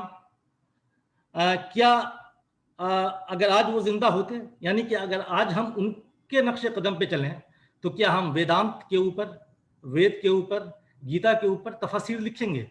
ये सवाल पैदा होता है। पिछले 1000 सालों की तारीख में, 1000 सालों की तारीख है, महमूद गजनवी ने आना शुरू किया था 1001 ईस्वी में, तब से लेकर आज तक सिर्फ 2 किताबें लिखी गई हैं हिंदुओं को समझने के लिए। एक तो जो गजनवी के साथ आए थे बहुत बड़े मुफक्किर अलबेरूनी, उनकी किताब किताबुल हिंद, और बाद में दाराशिको की किताब जिसको कि हम मुर्तद कहते हैं, मजमूल बहरैन, जिसमें उन्होंने ये दिखाया कि कुरान और वेदांत की तालीमात बुनियादी तौर पे एक ही हैं। बहुत बाद में मौलाना अबुल कलाम आज़ाद ने अपनी तर्जुमानुल कुरान की पहली जिल्द में, जो कि सिर्फ सूरह फातिहा की तफसीर है, उसमें बदलते अदियान के तस्वुर की बात की, लेकिन खुले तौर पर उन्होंने भी ये नहीं दिखाया कि हिंदू मत में और इस्लाम में कोई यगानगत हो सकती है। लेकिन उनके मुखालिफ शम्स नवेद उस्मानी, जिन्होंने 1958 के सितंबर महीने के तजल्ली के शुमारे में एक मजमून लिखा था वहदत अदियान के खिलाफ, मौलाना आज़ाद के इंतकाल के 6 माह बाद, फिर उनका नजरिया बदला और उन्होंने किताब लिखी अगर अब भी न जागे तो। लेकिन यह किताब बहुत ज्यादा स्कॉलरली नहीं है, बहुत ही स्केची है, लेकिन उन्होंने यूनिटी और यगानगत देखने की कोशिश की है हिंदू मत और इस्लाम के दरमियान। ये तो हमारा रवैया था। उधर से क्या हो रहा था अक्सरियती तबके की जानिब से? 1803 में राजा राम मोहन राय ने फारसी जबान में किताब लिखी है तोहफतुल मुवहिदीन, अ गिफ्ट फॉर द मोनोथेइस्ट्स, जिसमें उन्होंने यह दिखाया कि मुसलमान मोनोथेइस्ट हैं, ईसाई भी मोनोथेइस्ट हैं और हिंदू भी मोनोथेइस्ट हैं। उनके तकरीबन 100 साल के बाद विवेकानंद वो ये कहते नजर आते हैं कि India salvation lies in the Islamic body and the Vedantist mind. और फिर एक जो पुराना राम रहीम एक हैं, जो भक्ति मूवमेंट से क्लीशे चलाया था, वो तो था ही, लेकिन हमने इन चीज़ों के ऊपर कभी इन चीज़ों को फरोग नहीं दिया। अब सर सैयद को देखिए, एक्सक्यूज मी,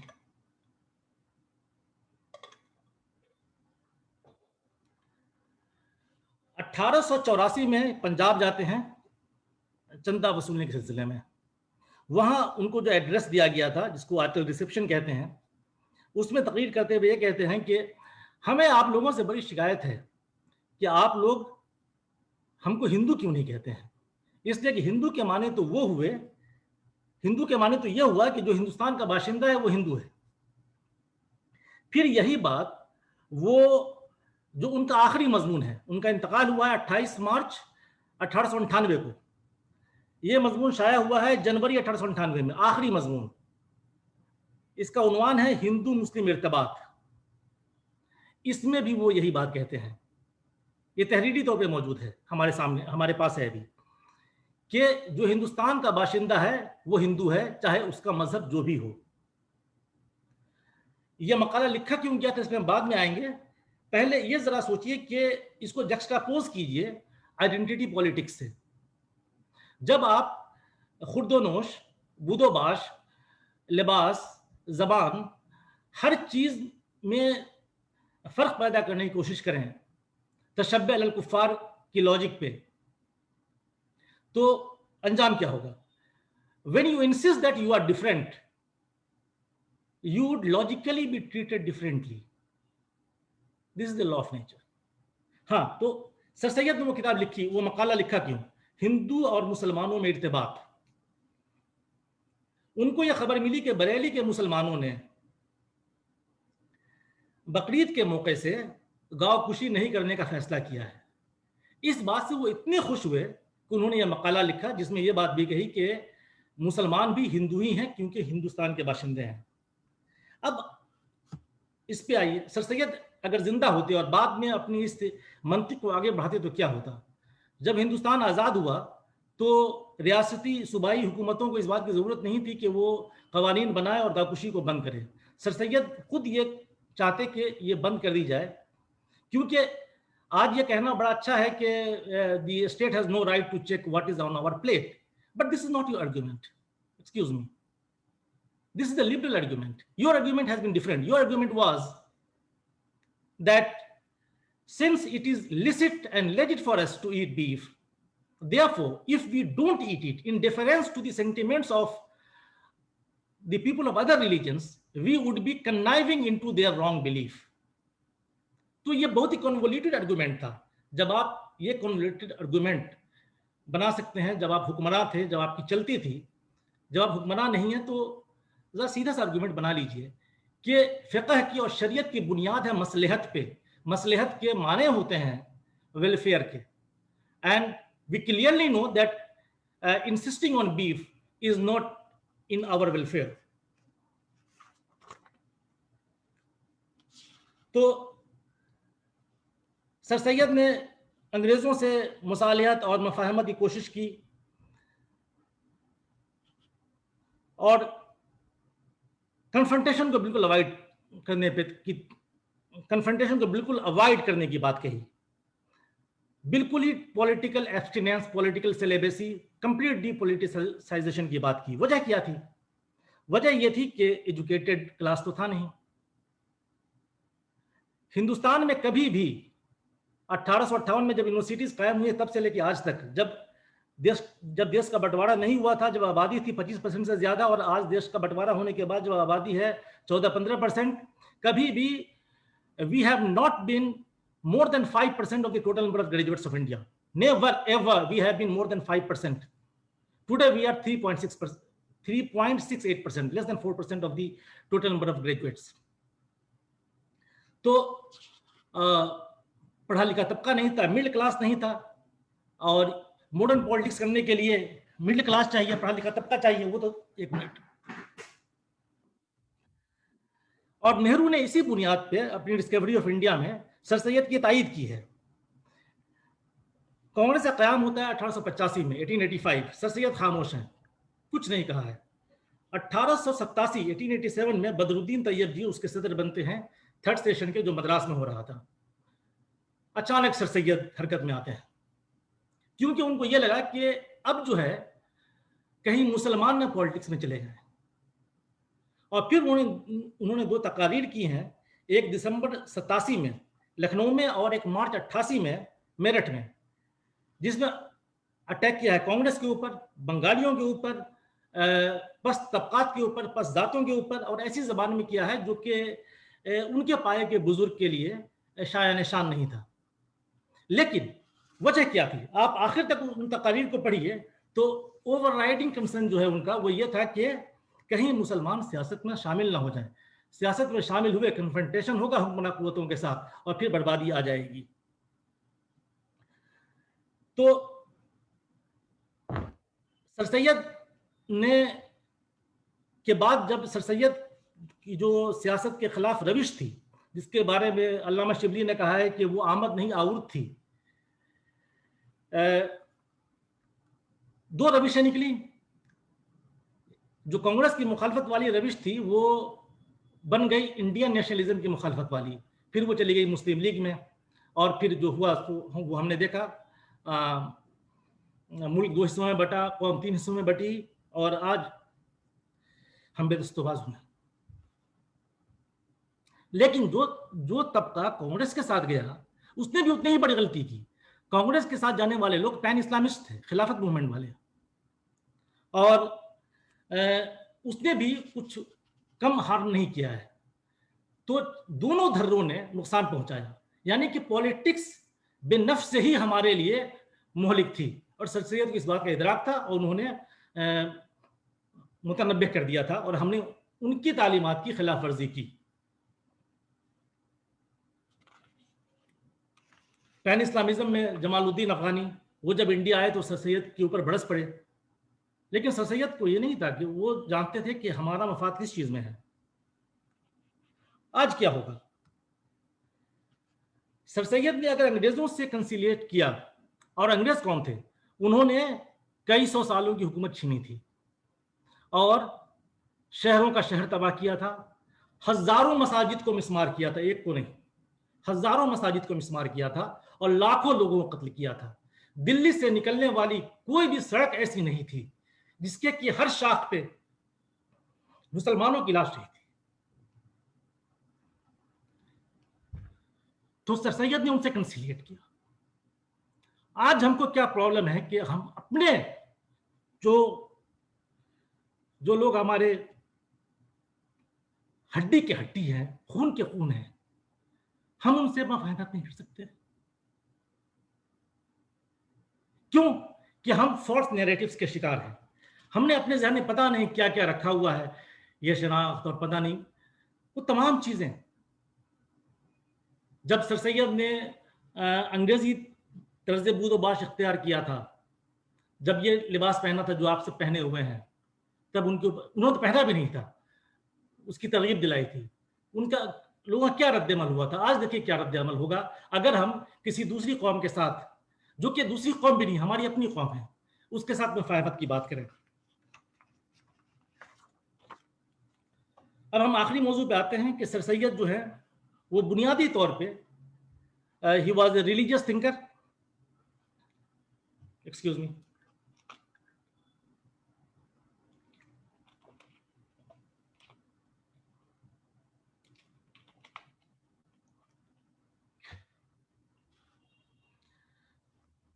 انہوں نے قرآن کو سمجھنے کی بنیاد ڈالی سائنٹیفک میتھڈ پہ.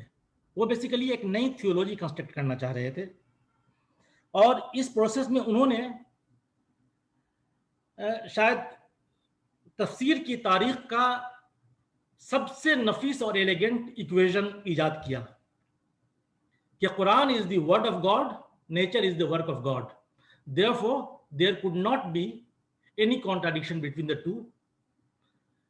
یہ اتنا ایلیگنٹ پروپوزیشن ہے, اتنا ایکویژن ہے جس کو ہم کہہ سکتے ہیں کہ this is the E is equal to M C square of theology. اس میں چاہ کیا رہے تھے وہ؟ A shift from the literal meaning to metaphorical, a shift from the figural to the figurative. جیسے ابھی ہم کچھ دیر پہلے قرآن پڑھ رہے تھے, اس میں کہ اللہ نے دونوں ہاتھوں سے انسان کو بنایا ہے. اب آپ سچ مچ اللہ کی تجسیم کرنا چاہتے ہیں؟ انہوں نے فگریٹو معنی لیا, لیکن جو رد عمل ہوا وہ ایسا ہوا کہ ابھی ہم نے چند دنوں پہلے مقالہ پڑھا علی گڑھ کے ایک پروفیسر کا, جو زبان استعمال ہوئی, جو حد تک آمیز زبان استعمال ہوئی سر سید کے خلاف, لگتا نہیں ہے کہ یہ صاحب انہی کے ادارے کے خشچی ہیں.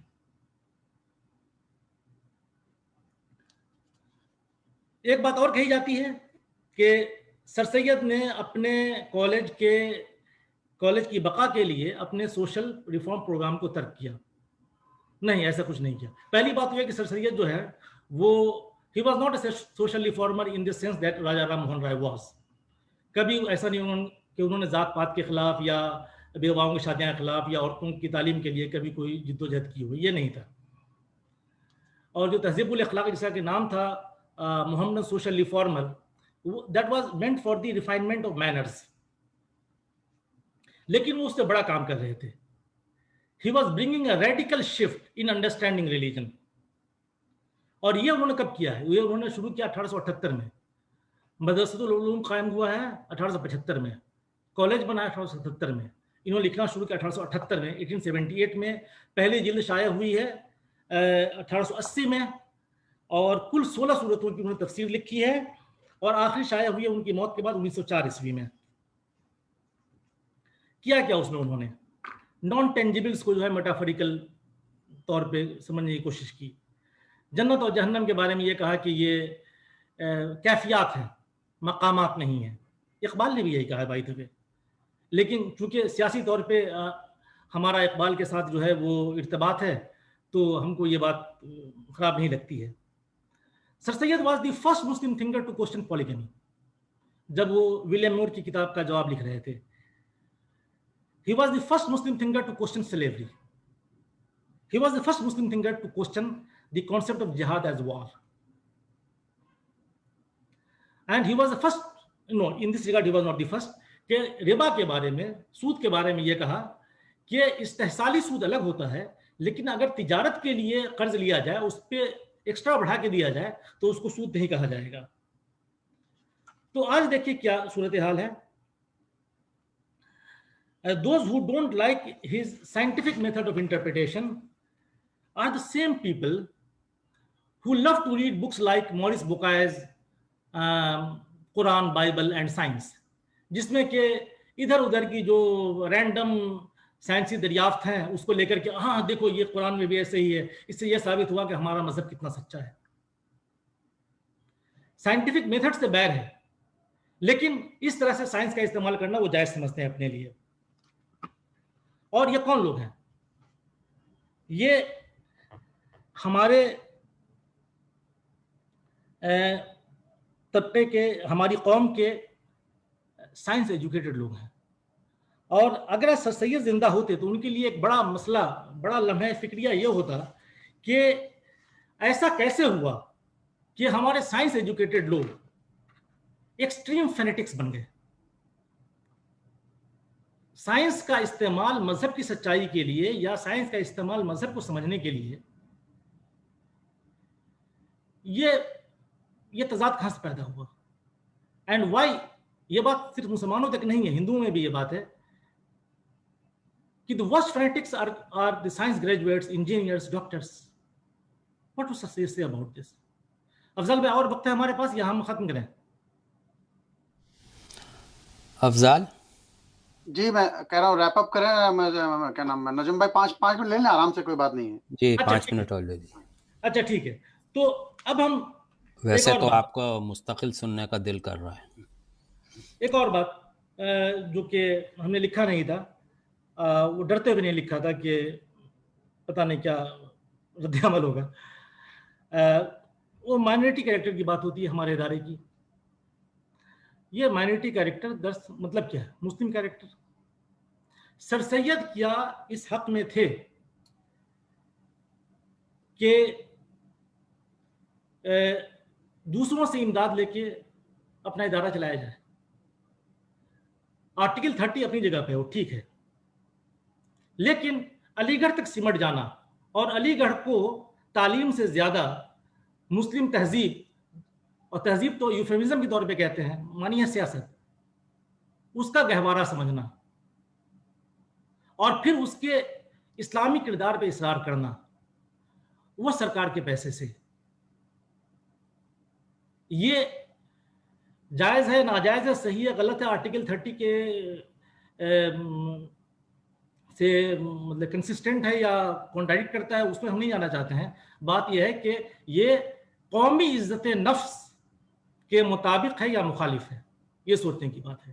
اسی بات پہ ہم اختتام کرتے ہیں. بہت بہت شکریہ. السلام علیکم ورحمۃ اللہ وبرکاتہ. بہت بہت شکریہ نجم بھائی. Thank you very much for your insightful and thoughtful talk regarding Sir Syed and his religious views. Definitely it's worth reading Sir Syed's religious views. And I don't know why, for some reason, even when I was studying Sir Syed for a long time, and very recently, like few years ago, when we were celebrating the bicentennial celebration, I found one of the very promising article, none other than by Maulana Altaf Hussain Hali, who wrote that article just after 2 months of Sir Syed's death, and it was published in the MAO College magazine in the May issue of 1898. He talked about Sir Syed's religious views, but somehow that article was never republished or not widely reproduced like other articles of Sir Syed and Urdu literature and all that. But anyway, so definitely it's worth looking into that one, and we should, there may be contradictions, there may be few things which was in different time domain, time frame. So, but it's a very academic topic. We should have more and more discussion. But this is a Zoom program, so we cannot have a long because the attention span is very low, and it's a subject needs a lot of time. Once again, thank you very much for your time, for your thoughtful presentation. And after that, I will not take much time, and I would like to request our Honorable former Vice Chancellor and the Chief Guest of today and the President of today's program, Lieutenant General Zamiuddin Shah Sahab, to please give his presidential remark. Zamiuddin Shah Sahab. Mr. Afzal Usmani, President Aligarh Alumni Association, colleagues, Professor Sufyan Beg, Mr. Najmul Huda, Dr. Afrozul Taj, Mr. John Cadwell. I have always admired the other speakers. Professor Sufyan Beg was the principal of said at CET, and he did marvelous work there. I've always admired Mr. Najmul Huda for his scholastic research. There are, however, some points I would like to point out. Firstly, Sir Syed was a far-sighted individual and a rationalist. But like all great thinkers, he had a few foibles, which he was not a saint. Why did he sympathize with the British? Because he saw the writing on the wall. Let me tell you that in India, there are several classes of people who sided with the British. Firstly, the Afghans, the Gurkhas, the Kumaunis, the Garhwalis, a whole lot of people sided with the British because they saw the writing on the wall. And this was something which I explained to my children also.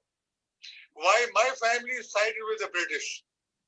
Because at that time, there were no national loyalties. There were only tribal loyalties. And my ancestors felt that the tribe would be benefited by siding with the side which was going to win. So that explains why Sir Syed was sympathetic to the British. Now, regarding Christians, they have the Trinity, but I don't think they're idolaters by any means. I would say that like Sir Syed tried to examine or understand Christianity, we must study and try and understand Hinduism. Next is, we must have dietary and social habits which are not abhorrent to the majority, provided it does not impinge on our religious beliefs. If we don't partake of beef, so what? There are the other forms of meat which we can have. I stress again, we must not adopt any social habits which are abhorrent to the majority. Now regarding minority character, I do accept that the minority character is adversely affecting AMU in that we are not getting suitable students and have to bank on the students of our 10 schools. But let me tell you, and I'll come to later, if there was no, there are no reservations in AMU for Muslims, but there are special reservations for our school students. If that was not there, let me tell you that the character of AMU would not be 80-20. It would be 20-80. Because I'll come to that later, Muslim children, because of poor schooling, cannot qualify for an open competitive examination for institutions of higher learning. That is the problem which we all are facing. So this is a that is organized by any legal association or owned by the organization. And a pleasure to be interacting with the leagues. I wish to speak on the Aligarh movement and its relevance at the time of Sir Syed and its relevance to the present situation in India. Post 1857, the British carried out policies of repression against Muslims, holding them principally responsible for the upsurge. Sir Syed said that the position of Muslims in the subcontinent, and he strongly felt, could only be improved if we improve relations with the British this was essential. I mean, you cannot go fighting or being an adversary with the strong strength in the country. And that applies for the present times also. You cannot have an adversarial relationship with the majority community. So he launched the Aligarh movement, which encouraged Muslims to fight for their economic and political rights without sacrificing their Islamic beliefs. The impact of Aligarh Muslims was not confined to northern India. It affected the Muslims all over South Asia.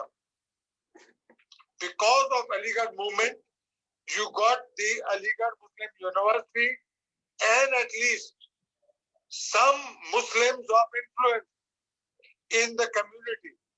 If Sir Syed had not adopted that policy, you would have none. You would have only had beggars and hewers of water and carriers of wood.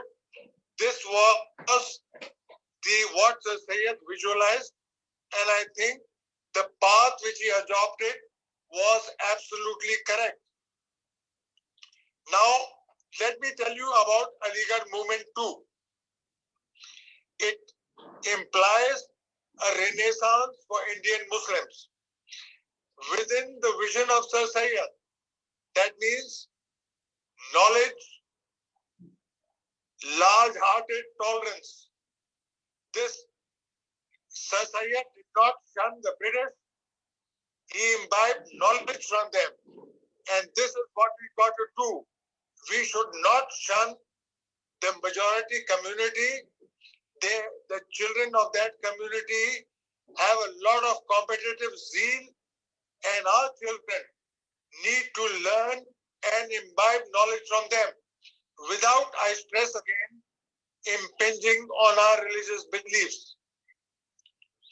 I strongly go with Sir Syed's idea of Quran in one hand and science in the other. I would substitute by saying Quran in one hand and laptop in the other, because that is the medium through which you can get maximum knowledge. By imbibing education, we can improve our dignity, confidence, and self-worth. It will lead to an elevation of in social and economic status. The mission of Sir Syed was to establish a university. Now, at that time, there was a lot of disagreement with Sir Syed.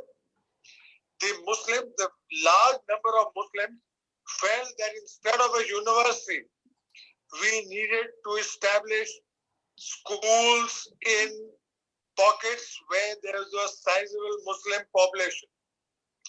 Sir Syed first had already established 2 schools, but he wanted Muslim intellectuals to enter government service. He wanted Muslims to be giving orders and not to be taking orders. He remembered the trauma of 1857, and that is why after the War of Independence or mutiny, whatever you call it, Sir Syed was a changed man. The educational institutions and libraries of the Muslims had been destroyed. Conservative elements withdrew into their shell, that is the Muslims. They neglected the education of their girls, subjected them only to Haveli education. The present situation of the Muslims, it is exactly the same as it was in 1857. We have become totally marginalized, politically and financially bankrupt. There is abject poverty, primarily because of our own weak educational foundation. Our children drop out early to augment family incomes, and girls are married off early. That is something we've got to address immediately, because our youth cannot qualify for institutions of higher learning through open competitive examinations. The lucky few, like my family, Najmul Huda and others from affluent families who went to good schools, can hold their own against the best in the country. They can, on the strength of education, break through the barriers of discrimination. The bulk, I am sad to say, the bulk of beggars, laborers, and now Sapai Karamcharis, unfortunately, are Muslims because we lack education. We will remain politically marginalized and poverty-stricken unless we address this problem of educational backwardness. Education is a powerful prerequisite for political, social, and economical progress. What is the way forward? The way forward is Aligarh Movement 2. I say Aligarh Movement 2 because now the thrust is on establishing modern secular schools all across wherever there are sizable Muslim pockets. I repeat again, modern secular schools in pockets where there is sizable Muslim population. This way, if our schools are better than the convent schools, our children will be able to qualify on merit in institutions of higher learning. And that is why Aligarh Movement 2 has already established 4 schools. One in Muzaffarnagar for the riot victims, second in Saharanpur, third in Sardana, my hometown, and fourth at Ratol, where the foundation stone was laid on Sir Sayyid Day this year. These schools will be spread across all over India, wherever there is sizable Muslim population. They will be secular schools with a Muslim ethos. Like Christian schools, they are secular, but they have a Christian ethos. Our schools are going to be secular schools, admitting students of all communities. We, of course, will give scholarships to Muslim students to encourage poverty-stricken parents to educate their children. That is Aligarh Movement 2. The second aspect of Aligarh Movement 2 is modernization of madrasas. We have got to encourage education within the madrasas. Besides Quranic teaching, our graduates from madrasas must be like the Christian missionaries. They do their theology, but they also do their doctorate. Of course, we cannot hope for that in the immediate future, but at least we can educate the madaris up to high school level so that they can enter universities of the country through open competitive examinations. Ladies and gentlemen, I've been stressing that Muslims of India only need good schooling. We at the moment do not need any new universities, medical colleges, engineering colleges. There are already enough of them all over the country. The unfortunate part is that Muslim children cannot qualify for these institutions of higher learning because of their poor schooling. The second aspect we've got to take care of is education of our girls. It should not happen like my mother was. Her brothers went to AMU, but she was subjected to Haveli education, where she only learned Arabic, Farsi, and Urdu at home. No Hindi or no English. These are languages of bread and butter. And I always used to joke that we've got to learn the language of bread and butter, which is incidentally now is not English. It is a language of the computer. If you are proficient in the language of the computer, you'll have no problems.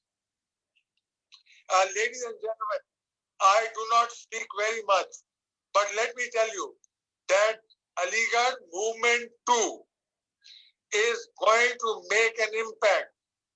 It is going to affect Muslims of India very favorably. It will lead to a renaissance in the way they think. It will enable our young to become order givers, not order takers. We have got to encourage our young to join the armed forces, to break the competitive examinations for the IAS, IPS, and IFS. Not only that, other students can join state services. Need not be the central services, but we need representatives at all levels, from the Thanedar up to the DG of police.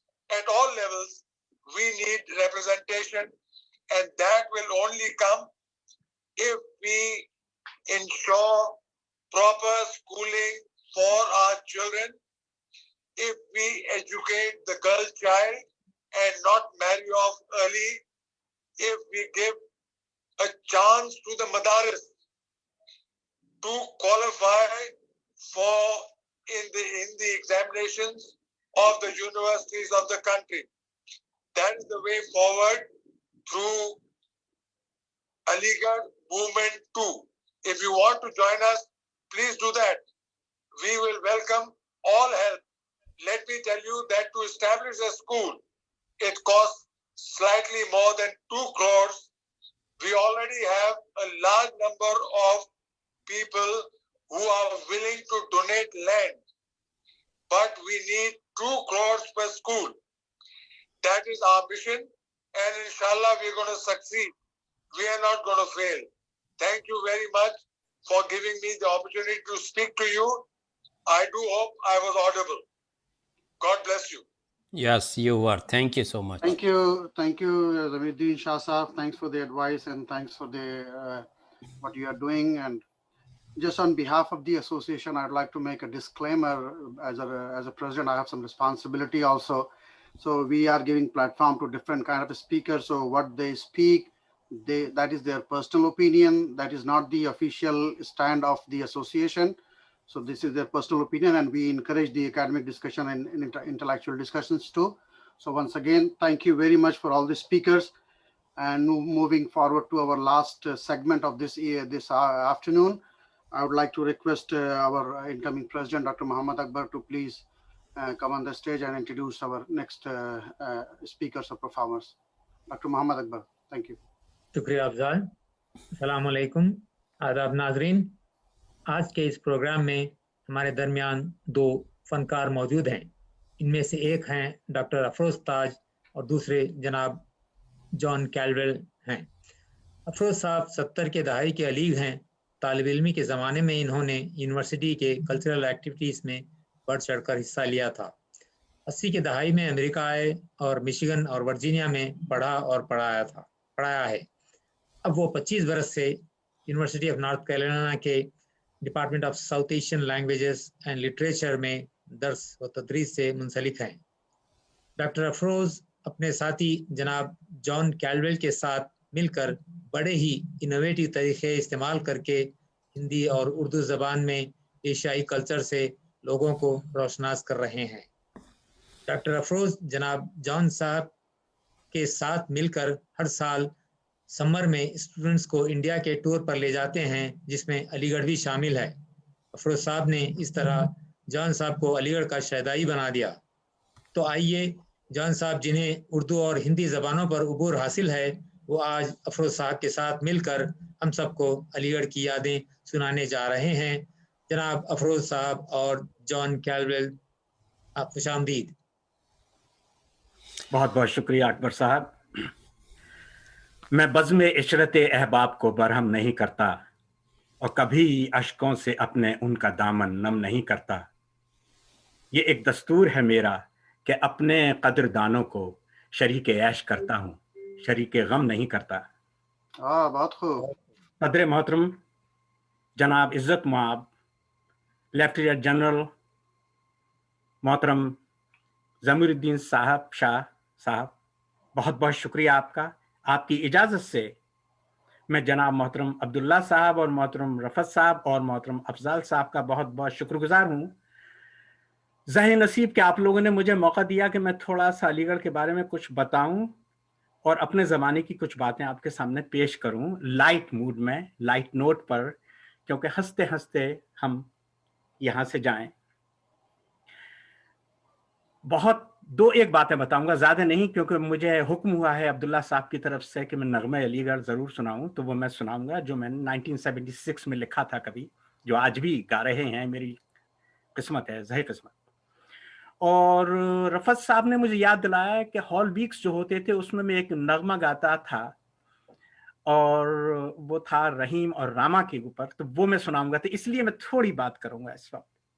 مجھ سے پہلے اتنے بڑے بڑے لوگ علی گڑھ سے گزرے ہیں اور میرے بعد بھی بڑے بڑے دانشور علی گڑھ کی زینت بنے رہے ہیں. علی گڑھ کے بارے میں اس وقت اتنی معلوماتی باتیں ہوئی ہیں کہ اس کا کوئی جواب نہیں ہے. علی گڑھ کے معیار تعلیم اور اس زمین کی کشش کی مثال کہیں نہیں ملتی. کشش بھی ایسی کہ پکڑ لے تو چھوڑے نہیں. میں کہوں گا کہ علی گڑھ گئے تو گڑ گئے، وہاں سے اکھڑنا بہت مشکل کام ہے. بہت خوب. علی گڑھ تیری محفل تیرے منظر یاد آتے ہیں. علی گڑھ تیری محفل تیرے منظر یاد آتے ہیں. کہیں بھی جائیں وہ پہلی محبت جا نہیں سکتی. نکل آئے ہزاروں میل ہم تجھ سے، مگر پھر بھی تیری مٹی سے جو جوڑی تھی قربت جا نہیں سکتی. میں علی گڑھ میں رہا ہی نہیں بلکہ علی گڑھ کو میں نے جیا ہے، اور ہزاروں میل دور ہوتے ہوئے بھی علی گڑھ کو جینے کی کوشش کر رہا ہوں. ہال ویکس کے زمانے میں یونیورسٹی میں چاروں طرف باہریں آ جاتی تھیں. ہر ایک ہال میں موسیقی، ڈراموں اور ادبی مقابلے ہوتے تھے. مجھے یاد ہے کہ جنرل ایجوکیشن سینٹر میں ایک ادبی تقریب میں محترمہ عصمت چغتائی کو بلایا گیا. سفید ساڑی میں، ہاتھ میں پنکھا لیے ہوئے، جھلتی ہوئی اور گرمی کو برا بھلا کہتی ہوئی داخل ہوئی، جیسے کہ گھر کے آنگن میں داخل ہوئی ہوں. میں انہیں دیکھتا رہ گیا. انہوں نے مجھے دیکھا کہ میں انہیں بڑے تجسس اور بڑے وثوق سے ان کو دیکھ رہا ہوں. میری پیٹھ پر زور سے پنکھا مارا اور کہا، لے ذرا مجھے پنکھا جھل. وہ منظر بھلا میں کیسے بھول سکتا ہوں؟ آج تک وہ منظر مجھ سے بھلایا نہیں جا سکتا. مجھے یاد نہیں کہ میں نے کتنی دیر تک انہیں پنکھا جھلا، مگر وہ لمحہ جب سے اب تک میرے ساتھ ہے. کتنی غیر معمولی شخصیت اور کتنا معمولی انداز، کتنا معمولی برتاؤ. میں کہوں گا کہ یہ بھی علی گڑھ کی ہی دین ہے. علی گڑھ جتنا آزاد خیالانہ کردار و انداز کا گہوارہ ہے، اتنا ہی ٹریڈیشنز کے ساتھ بندھا ہوا بھی ہے. ہاسٹل سے باہر صرف قمیض پاجامے میں آپ نہیں نکل سکتے تھے. یہ ایک ٹریڈیشن کا حصہ تھا. اس پر شیروانی ڈالنا لازمی ہے، یا پینٹ شرٹ اور شرٹ بھی ٹکڈ ان. ایک ٹریڈیشن تھی کہ اپنے سینئر کو جھک کر سلام ضرور کریں. سینئر پہلے نہیں کرے گا، پہلے آپ کریں گے. اور سینئر جونیئر کا عمر سے کوئی بات نہیں تھی، بلکہ سینئرٹی ان علی گڑھ مسلم یونیورسٹی. جیسے میں نے پہلے عرض کیا کہ ہال ویکس میں ٹریڈیشنز کا ایک اور حصہ تھا. وہ تھا کہ جب ہال ویکس کے جب فنکشنز ختم ہوتے تھے تو اسنیکس کا انتظام ہوتا تھا. बहुत मजेदार मजेदार मिठाइयाँ, गुलाब जामुन, इमरती और बर्फियाँ, नमक पारे वगैरह मेज पर सजे हुए हैं। शुरू में तो हम लोग सब इस कोशिश में रहते थे कि जब हमने परफॉर्मेंस दे दी तो किसी सूरत से हम लाइन में आगे लगें, लेकिन जहां तक हो सका वहां तक रहते थे। शुरू में तो स्टूडेंट्स मिठाइयों को जरा हाथ रोक कर उठाते थे लिहाजन, फिर हाथों में तेजी आ जाती थी और सेकंडों में आखिर में भगदड़ पड़ जाती थी। एक लूट का आलम होता था, लोग मेज पर भी चढ़ जाते थे। मुझे याद है वाकया कि मेरे हाथ में 4.5 गुलाब जामुनें आई, आधी कोई नौच के ले गया। मैंने लपक के अपनी शेरवानी के दोनों जेबों में 2-2 गुलाब जामुनें डाल ली।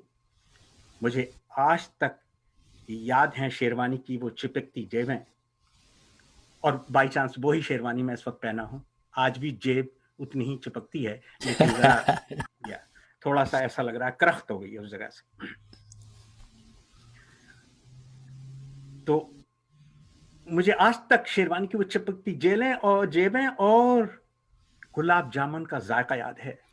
इसके बाद इतनी गुलाब जामुनें मैंने जिंदगी में खाई, मगर वो जायका मैं भूल नहीं सकता जो मैंने उस दिन लूट कर खाई थी। मैं AAMU से JNU और JNU से university of Michigan, university of Michigan से university of Virginia, university of Virginia से नॉर्थ कैरोलिना स्टेट यूनिवर्सिटी, और वहां से मैं यूनिवर्सिटी ऑफ नॉर्थ कैरोलिना में यहाँ आ चुका हूँ चैपल हिल में। लेकिन डाइनिंग हॉल का जो मजा और जो खुशबू मैंने अलीगढ़ मुस्लिम यूनिवर्सिटी में सूंघी आज तक नहीं मिलती। डाइनिंग हॉल पर याद आया, खाने के बाद हम लोग अपने दोस्तों के साथ घंटों डाइनिंग हॉल में जमकर बैठ जाते थे। मुझे शायरी का एक भूत सवार था, बहुत शौक था। उस दौर का एक गीत जो मैंने शायद फर्स्ट ईयर में लिखा होगा, वहीं डाइनिंग हॉल में गाकर रिकॉर्ड किया गया था किचन ऑर्केस्ट्रा के साथ। गफूर मियाँ को ऑर्डर हुआ कि एक चमचा और चंद प्लेट लेकर आएं और एक गिलास लेकर आएं। उसको हमने बजाया और उसको रिकॉर्ड किया हमने। वो रिकॉर्डिंग आज मुझे मुहैया हो गई उस जमाने की, जब मैं फर्स्ट ईयर में था। इत्तेफाक से वो बची रह गई। कैसे बची रहेगी वल्लाह आलम। मैं चाहता था कि कुछ हॉल वीक्स के फोटो भी आपको दिखाऊं और ये भी सुनाऊं, तो क्यों ना ऐसा करूं कि बैक वक्त दोनों चीजें हम कर दें। गाना बचा बुचू के सिर्फ 1 मिनट 40 सेकंड का रह गया है जो मैं सुनाना चाहता हूं। इसी दौरान मैं हॉल वीक्स के चंद फोटोज भी आपसे शेयर करना चाहता हूं। मुलाजा फरमाइए।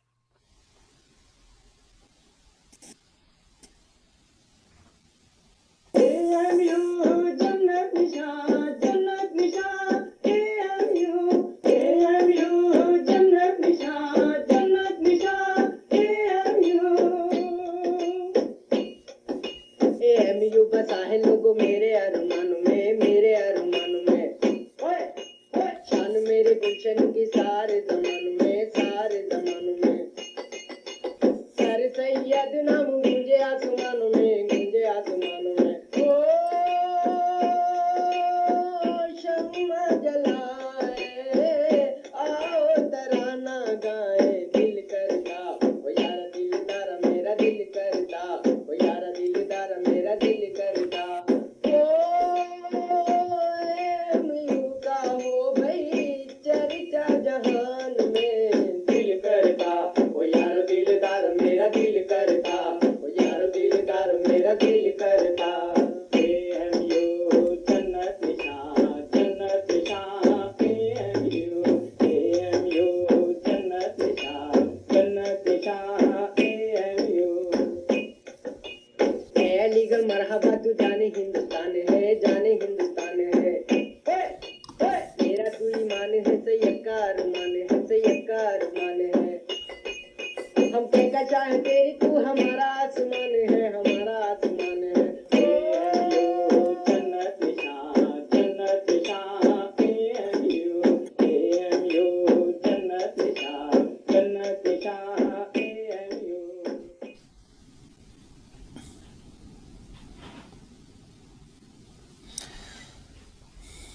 کیا بات ہے, مزہ آ گیا.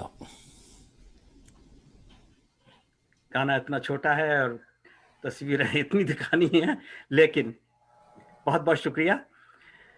عبداللہ صاحب نے مجھے یہ موقع دیا تو میں شکر گزار ہوں ان کا, لیکن انہوں نے کہا ارے میاں آ جاؤ, مزہ آئے گا. تو ایسا نہیں کہ میں بھی آنا نہیں چاہتا تھا, میں خود آنا چاہتا تھا اور میں خود یہ سب باتیں آپ لوگوں سے شیئر کرنا چاہتا تھا. مجھے شاعر شہر نگاراں مجاز لکھنوی کا ایک شعر یاد آ رہا ہے کہ عشق کا ذوق نظارہ مفت میں بدنام ہے. عشق کا ذوق نظارہ مفت میں بدنام ہے, حسن خود بیتاب ہے جلوہ دکھانے کے لیے. میں اس وقت بیتاب ہوں ایک اور بات کرنے کے لیے کہ ہال ویکس کے لیے جو میں نے ایک نغمہ لکھا تھا اور علی گڑھ کے جو فسادات سے متاثر ہو کر, اور حالات کچھ ایسے تھے علی گڑھ کے کہ بس ہر طرف یہی ذکر ہوتا تھا کہ ہندو مسلمان کے جھگڑے ہو رہے ہیں, جب جھگڑے ہوتے تھے تب, ورنہ تو سب مل کے رہتے تھے.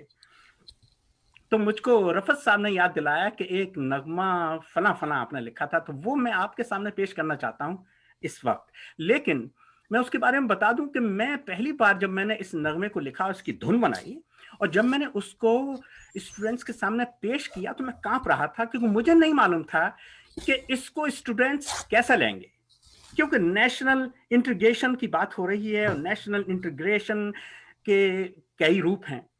تو لیکن جب میں نے اس کو سنایا تو مجھے اتنی ان اسٹوڈنٹس نے, میرے دوستوں نے ہمت افزائی کی, میری اتنی حوصلہ افزائی ہوئی کہ پھر ایک دفعہ ہم کو بنارس ہندو یونیورسٹی میں بلایا گیا تھا, چند اسٹوڈنٹس کو, وہاں گیا, وہاں بھی میں نے اسی نغمے کو سنایا اور وہاں پر بھی لوگوں نے کھڑے ہو کر مجھے بہت انکریج کیا.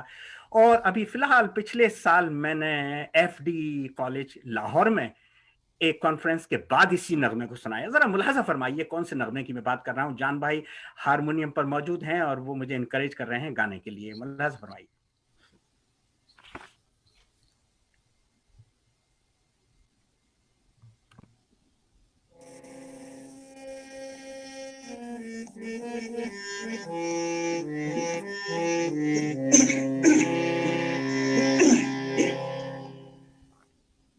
میں بنجارا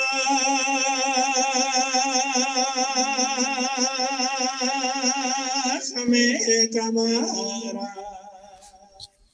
یہی صدا لگائی ہے, کیونکہ میں نے احمد آباد میں گاندھی صدی منائی ہے.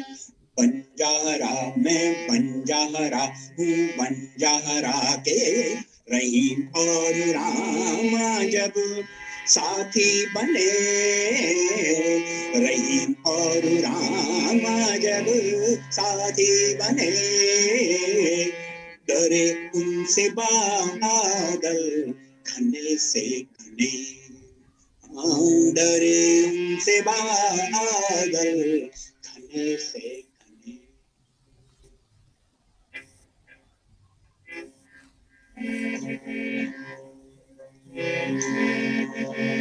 او بنجارے نہیں چوکنا نقلی ملا پنڈت سے, یہی تو وہ ہیں جنہوں نے مندر اور مسجد الگ کرے گے.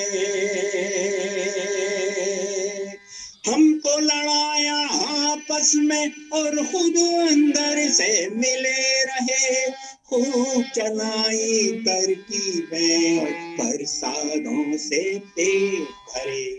چاہے روسی راک ہو, چاہے رب کی خاک ہو, ہندو چین پاک ہو, کھاتا چل تو کھاتا چل.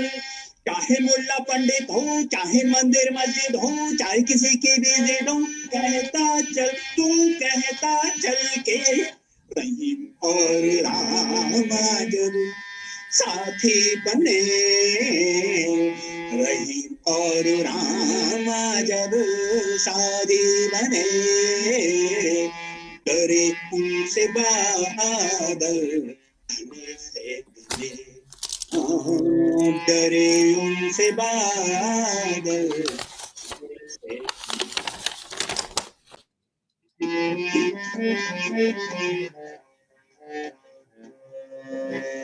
ہندو مسلم دشمن کے جب چاروں طرف سے شور ہوئے, لگی یہ جن سے آگ وہ خوش بہت مذہب کے چور ہوئے دیوے ہل گئی محلوں کی گلیوں میں یدھ گھن گھور ہوئے ذات پات کا لگا روگ اور پھر ہم سب کمزور ہوئے کہہ کے اونڈے لڑتے ہیں گھر معصوم کے جلتے ہیں کہتا پور مسلتے ہیں گاتا چل تو گاتا چل لگی گناہ کی ایسی آگ کچی عمریں لٹے ساگ کھلتی کلیاں ڈس گئی نا کہتا چل تو کہتا چل کے رہی اور راما جب ساتھی بنے رہی اور راما جب ساتھی بنے ڈرے ان سے بادل گھنے سے گھنے ڈرے ان سے بادل گھنے سے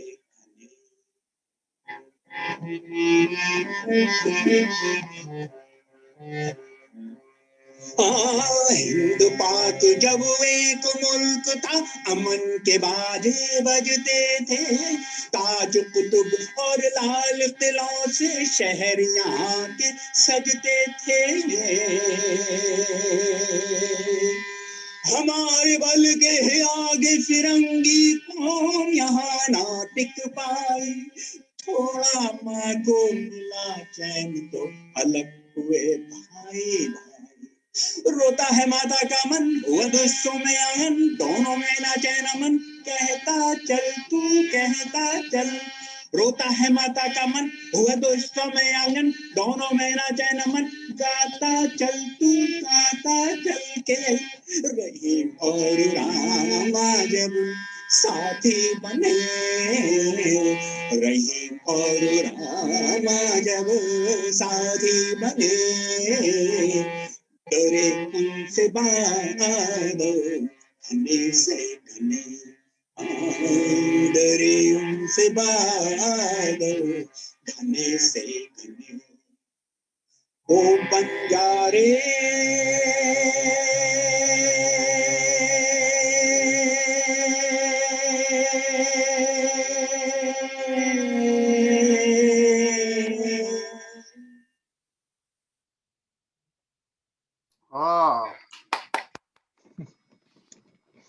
Wonderful, Afroz bhai, wonderful.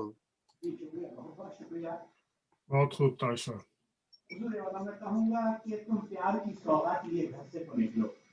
Mute हो अफरोज म्यूट हो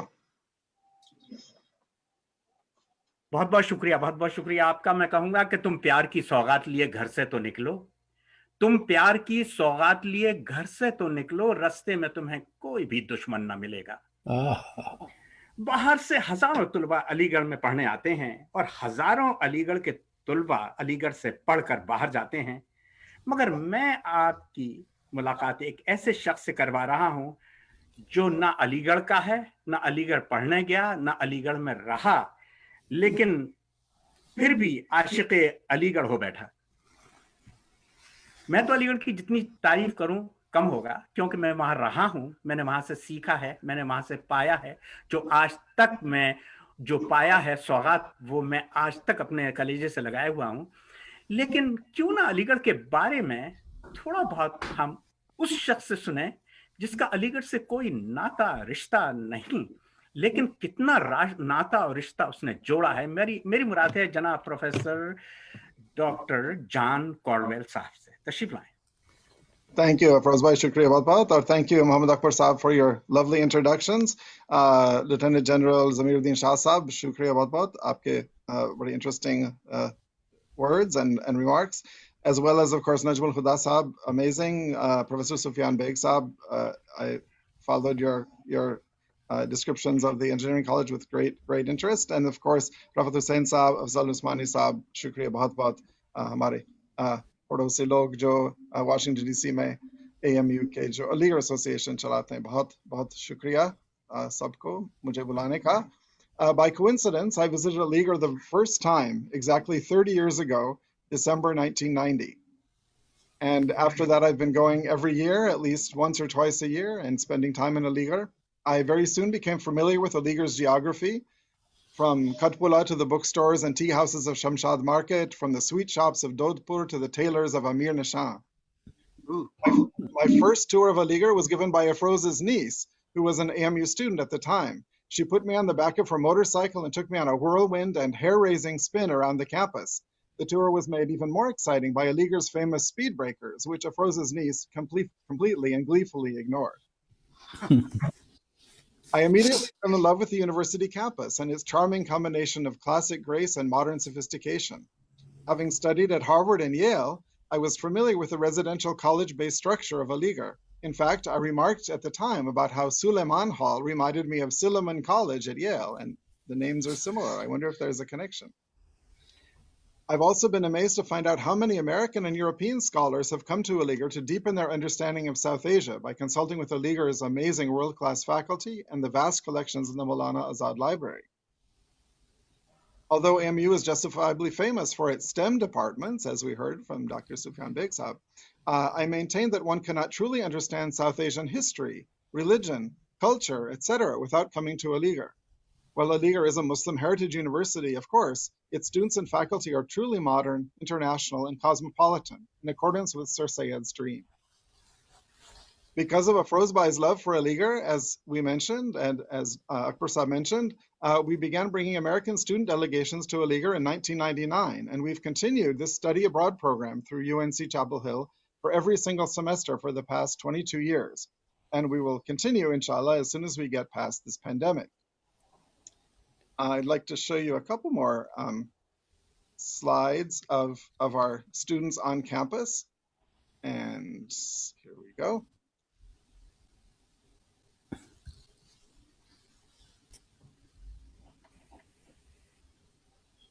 So there am I, one of my early visits to Aligarh.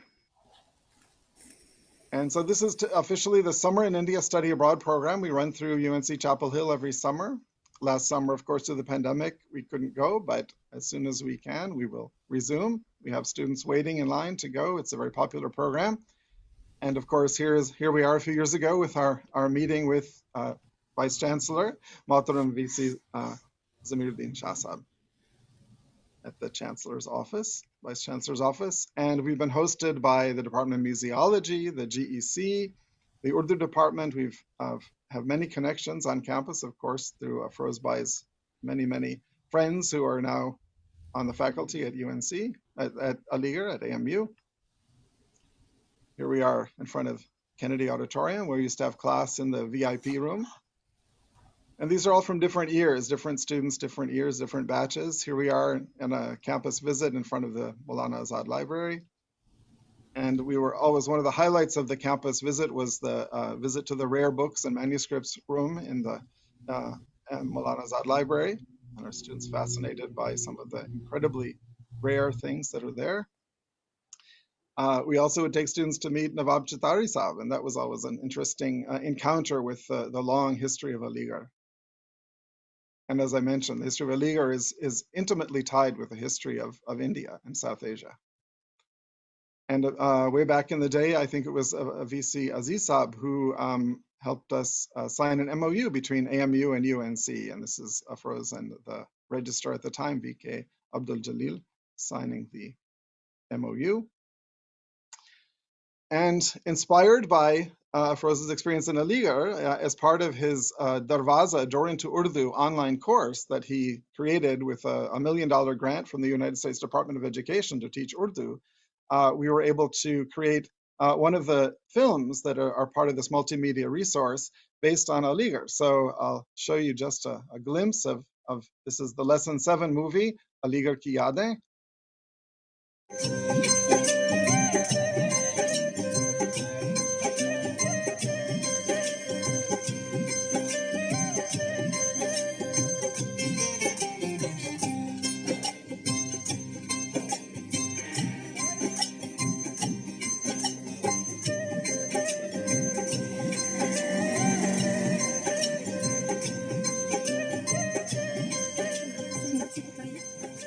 जो चाहे वो बना ले। अच्छा ठीक है, चलती हूँ, खुदा हाफिज़। अच्छा ठीक है, मैं चल रहा हूँ।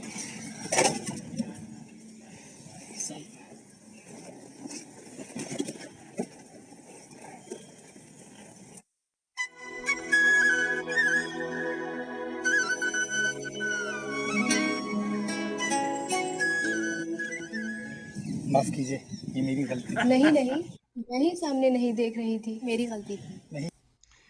So I'm sure all of you recognize the reference to the film Mere Mehboob, of course, without the Right. burqa, without the burqa this time. बल्कि मैं रेफरेंस नहीं कहूंगा, बल्कि ये कहूंगा कहाँ से चुराया गया ये आपको मालूम है ये जी, सीन। जी, Idea. जी, जी.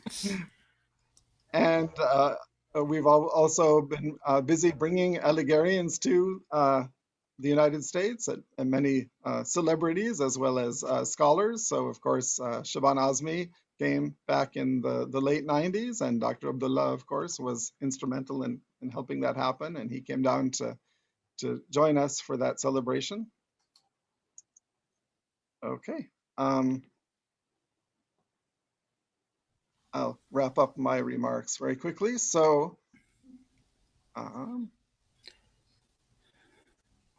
जॉन भाई उर्दू में हो जाए। जी जरूर जरूर, उर्दू का चस्का तो जरूर लगा देता हूँ। तो I also wanted to quickly mention, since I know she's present in this event, we also have continued to keep connections with Aligarh students by participating in the Fulbright FLTA program, Foreign Language Teaching Assistant program.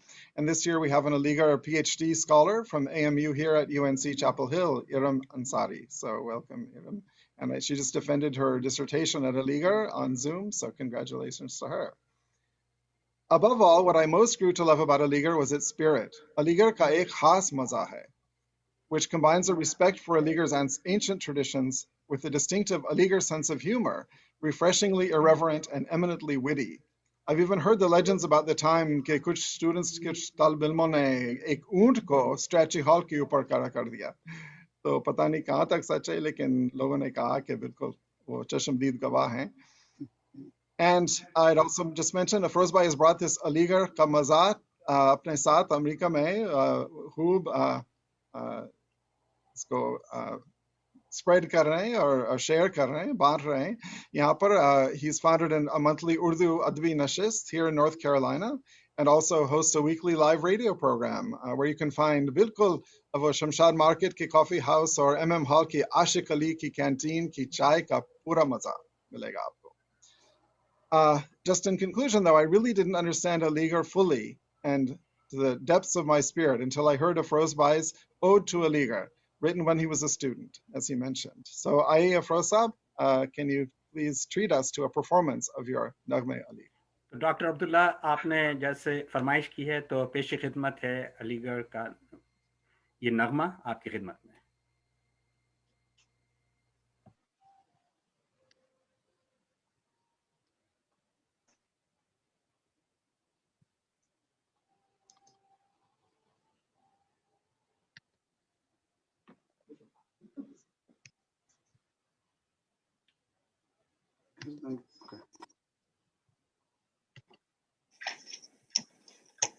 खातिन हजरात, पेश खिदमत है नगमे अलीगढ़. मैंने 1976 में ये नगमा अलीगढ़ लिखा जब मैं रॉस मसूद हॉल में रहता था. रॉस मसूद हॉल के सदर यार जंग हॉस्टल के रूम नंबर 42 में, वहां मैंने इसको लिखा. पेश खिदमत.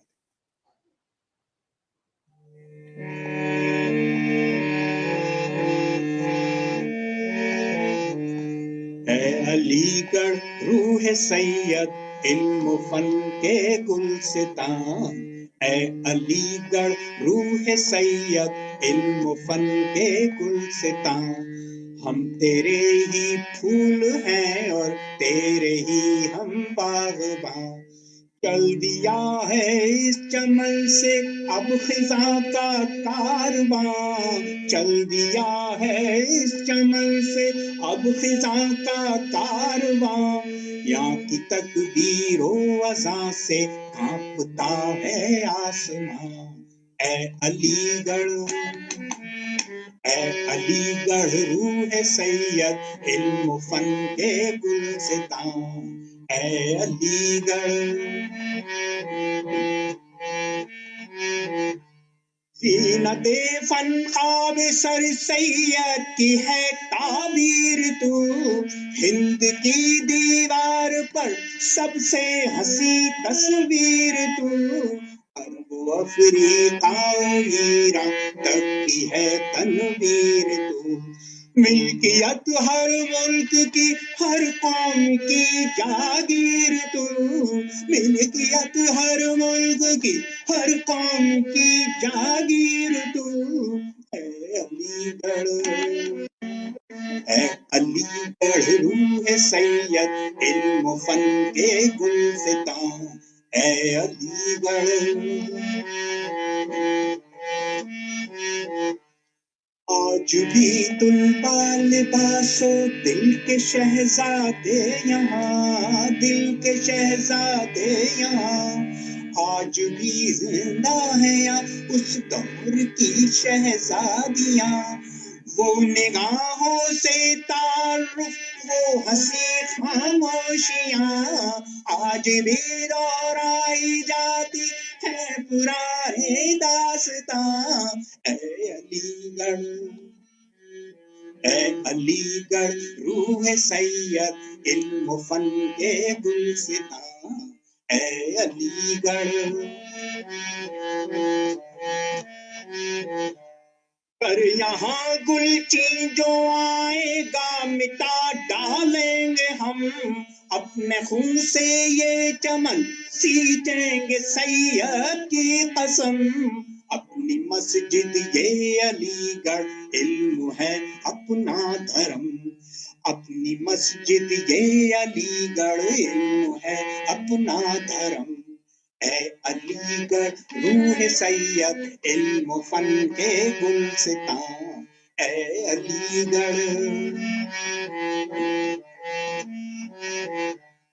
इल्म के मीनार गुंबद जिन पे महलों का गुमां, जिन पे महलों का गुमां, ताज की या सादगी और रंग महल की शोखियां, आशियां का ज़ब्त भी फैज़ो गज़ब की बिजलियां, आशियां का ज़ब्त भी फैज़ो गज़ब की बिजलियां, हम किसी सैयार को बनने न देंगे बागबां, जाने दे देंगे न जाने देंगे तेरी इज़्ज़ो शान, ऐ अलीगढ़, ऐ अलीगढ़ रूह सैयद इल्म फन के गुलसितां, ऐ अलीगढ़।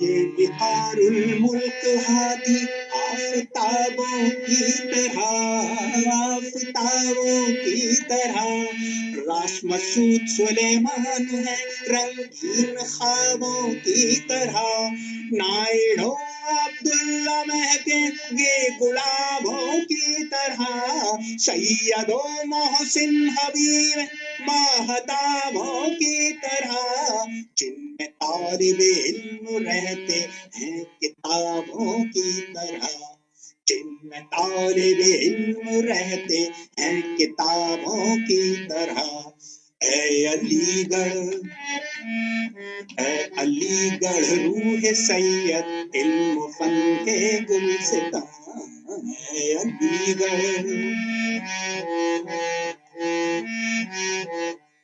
ये मजाजो हाली हसरत जोश जज्बी का वतन, जोश जज्बी का वतन, आज भी जिंदा शकील शिबल के बज़ में सुखन, इस वतन का रंग परचम तीन रंगों का मिलन, इस वतन का रंग परचम तीन रंगों का मिलन, रंगे रंगे अमन और सब्ज इस्लामी चमन, रंगे रंगे अमन और सब्ज इस्लामी चमन, ऐ अलीगढ़ जिंदाबाद रूह सैयद जिंदाबाद, ऐ अली जिंदाबाद रूह सैयद जिंदाबाद,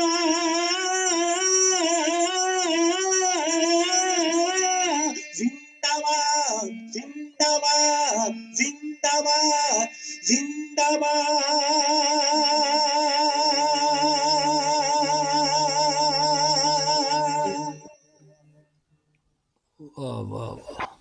वाह वाह,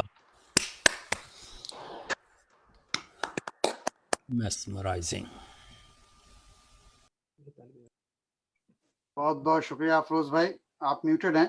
बहुत बहुत शुक्रिया आपका हुजूर वाला कि ये मुझे मौका दिया आपने। लेकिन फिर चलते मैं बस आप सबका शुक्रिया अदा करूंगा और कहूंगा कि अलीगढ़ तेरी महफिल तेरे मंजर याद आते हैं, अलीगढ़ तेरी महफिल तेरे मंजर।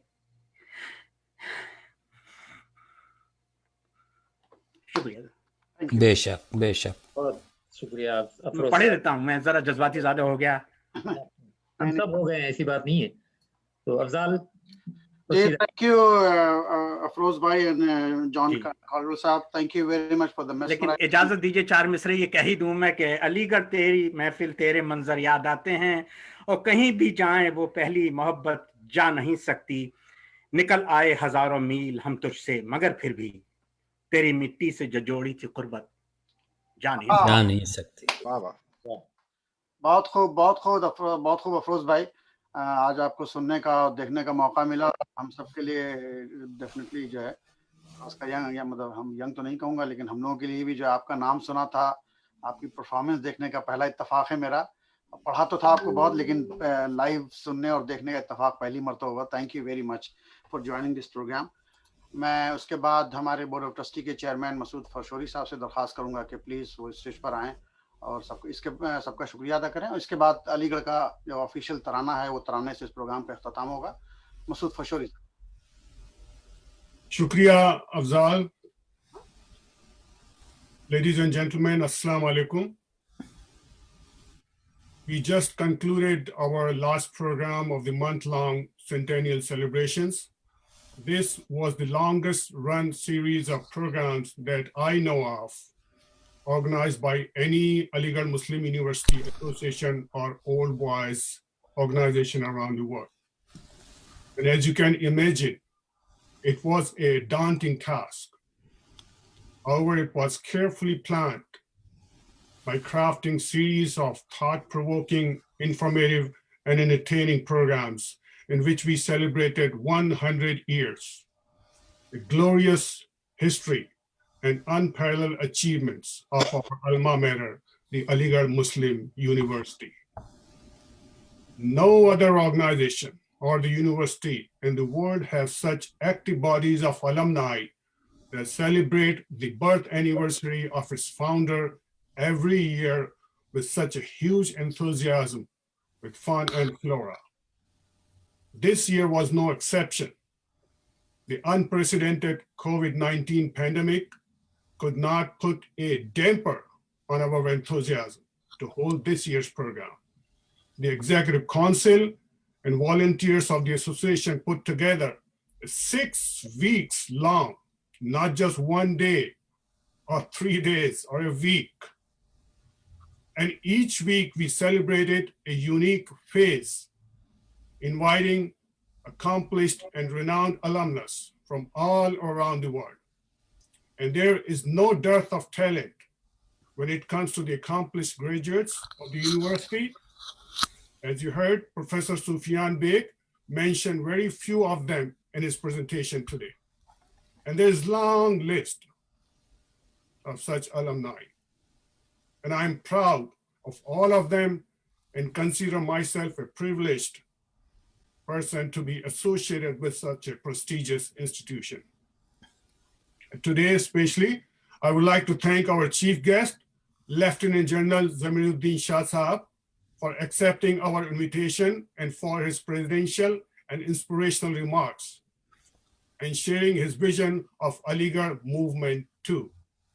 And sir, I would like to personally say that we are with you to carry forward your dream and message. Whatever we can do, just let us know. We will follow your lead. Now, I would also like to thank Professor Sufyan Beg Sahab for entertaining us, actually enlightening us, not only with its glorious history of the engineering college, but also its future and market-focused initiatives and timely programs. We can't be more proud of the achievements of the engineering college, thanks to its leadership and faculty. Thank to Mr. Najmul Huda Sahab for his unique perspective and analysis of Sir Syed if he was alive today. It was really a very insightful and thoughtful. And finally, let's come to Mr. Firoz Taj Sahab, जिन्होंने पुरानी यादें ताज़ा कर दी by entertaining us with his unique and all-round talent and with Aligarh ki yaadon. He reminded us of our carefree student life many, many years ago. And I'm sure every student and all of us here today have many such memories that we all cherish and share with our families and friends whenever we get a chance, especially on Sir Syed Day get-togethers like today. And my special thanks to Mr. John Caldwell Sahab for sharing his memories, pictures, experiences as a non-AMU student and a visitor to Muslim University. Kudos to both Afroz Sahab and John for taking us down the memory lane with them. I would like to mention Urdu accent and the pronunciation of Mr. John Caldwell. It was mesmerizing, unbelievable. And I'm reading some of the comments in the chat section. I will ask you to share and then read those things. People how much appreciate your presentation today. So as I said that our Centennial celebrations are concluding today. However, we have planned very interesting programs for the remaining of the years. Please stay connected. We will continue our virtual online journey with new interesting programs soon to be announced. We welcome your feedback and ideas about our future programs. Now remember, sky is the only limit. And all of our programs are now available online on our Facebook and YouTube channels, including these programs today. You are welcome to watch them or record them, download them with your friends and family. And to conclude, I would like to thank all our distinguished guests, our volunteers, association leadership, executive council, and especially President Afzal Usmani Sahab for making the Centennial celebrations a grand success. Please stay tuned and enjoy the Tarana Aligarh. The traditions continue. Thank you. Thank you, Masood Bhai. Thank you very much. And once again, I'd like to thank everyone for joining this event. And inshallah, we'll come up with some interesting programs in the near future and we'll share the details. Let's enjoy the Tarana.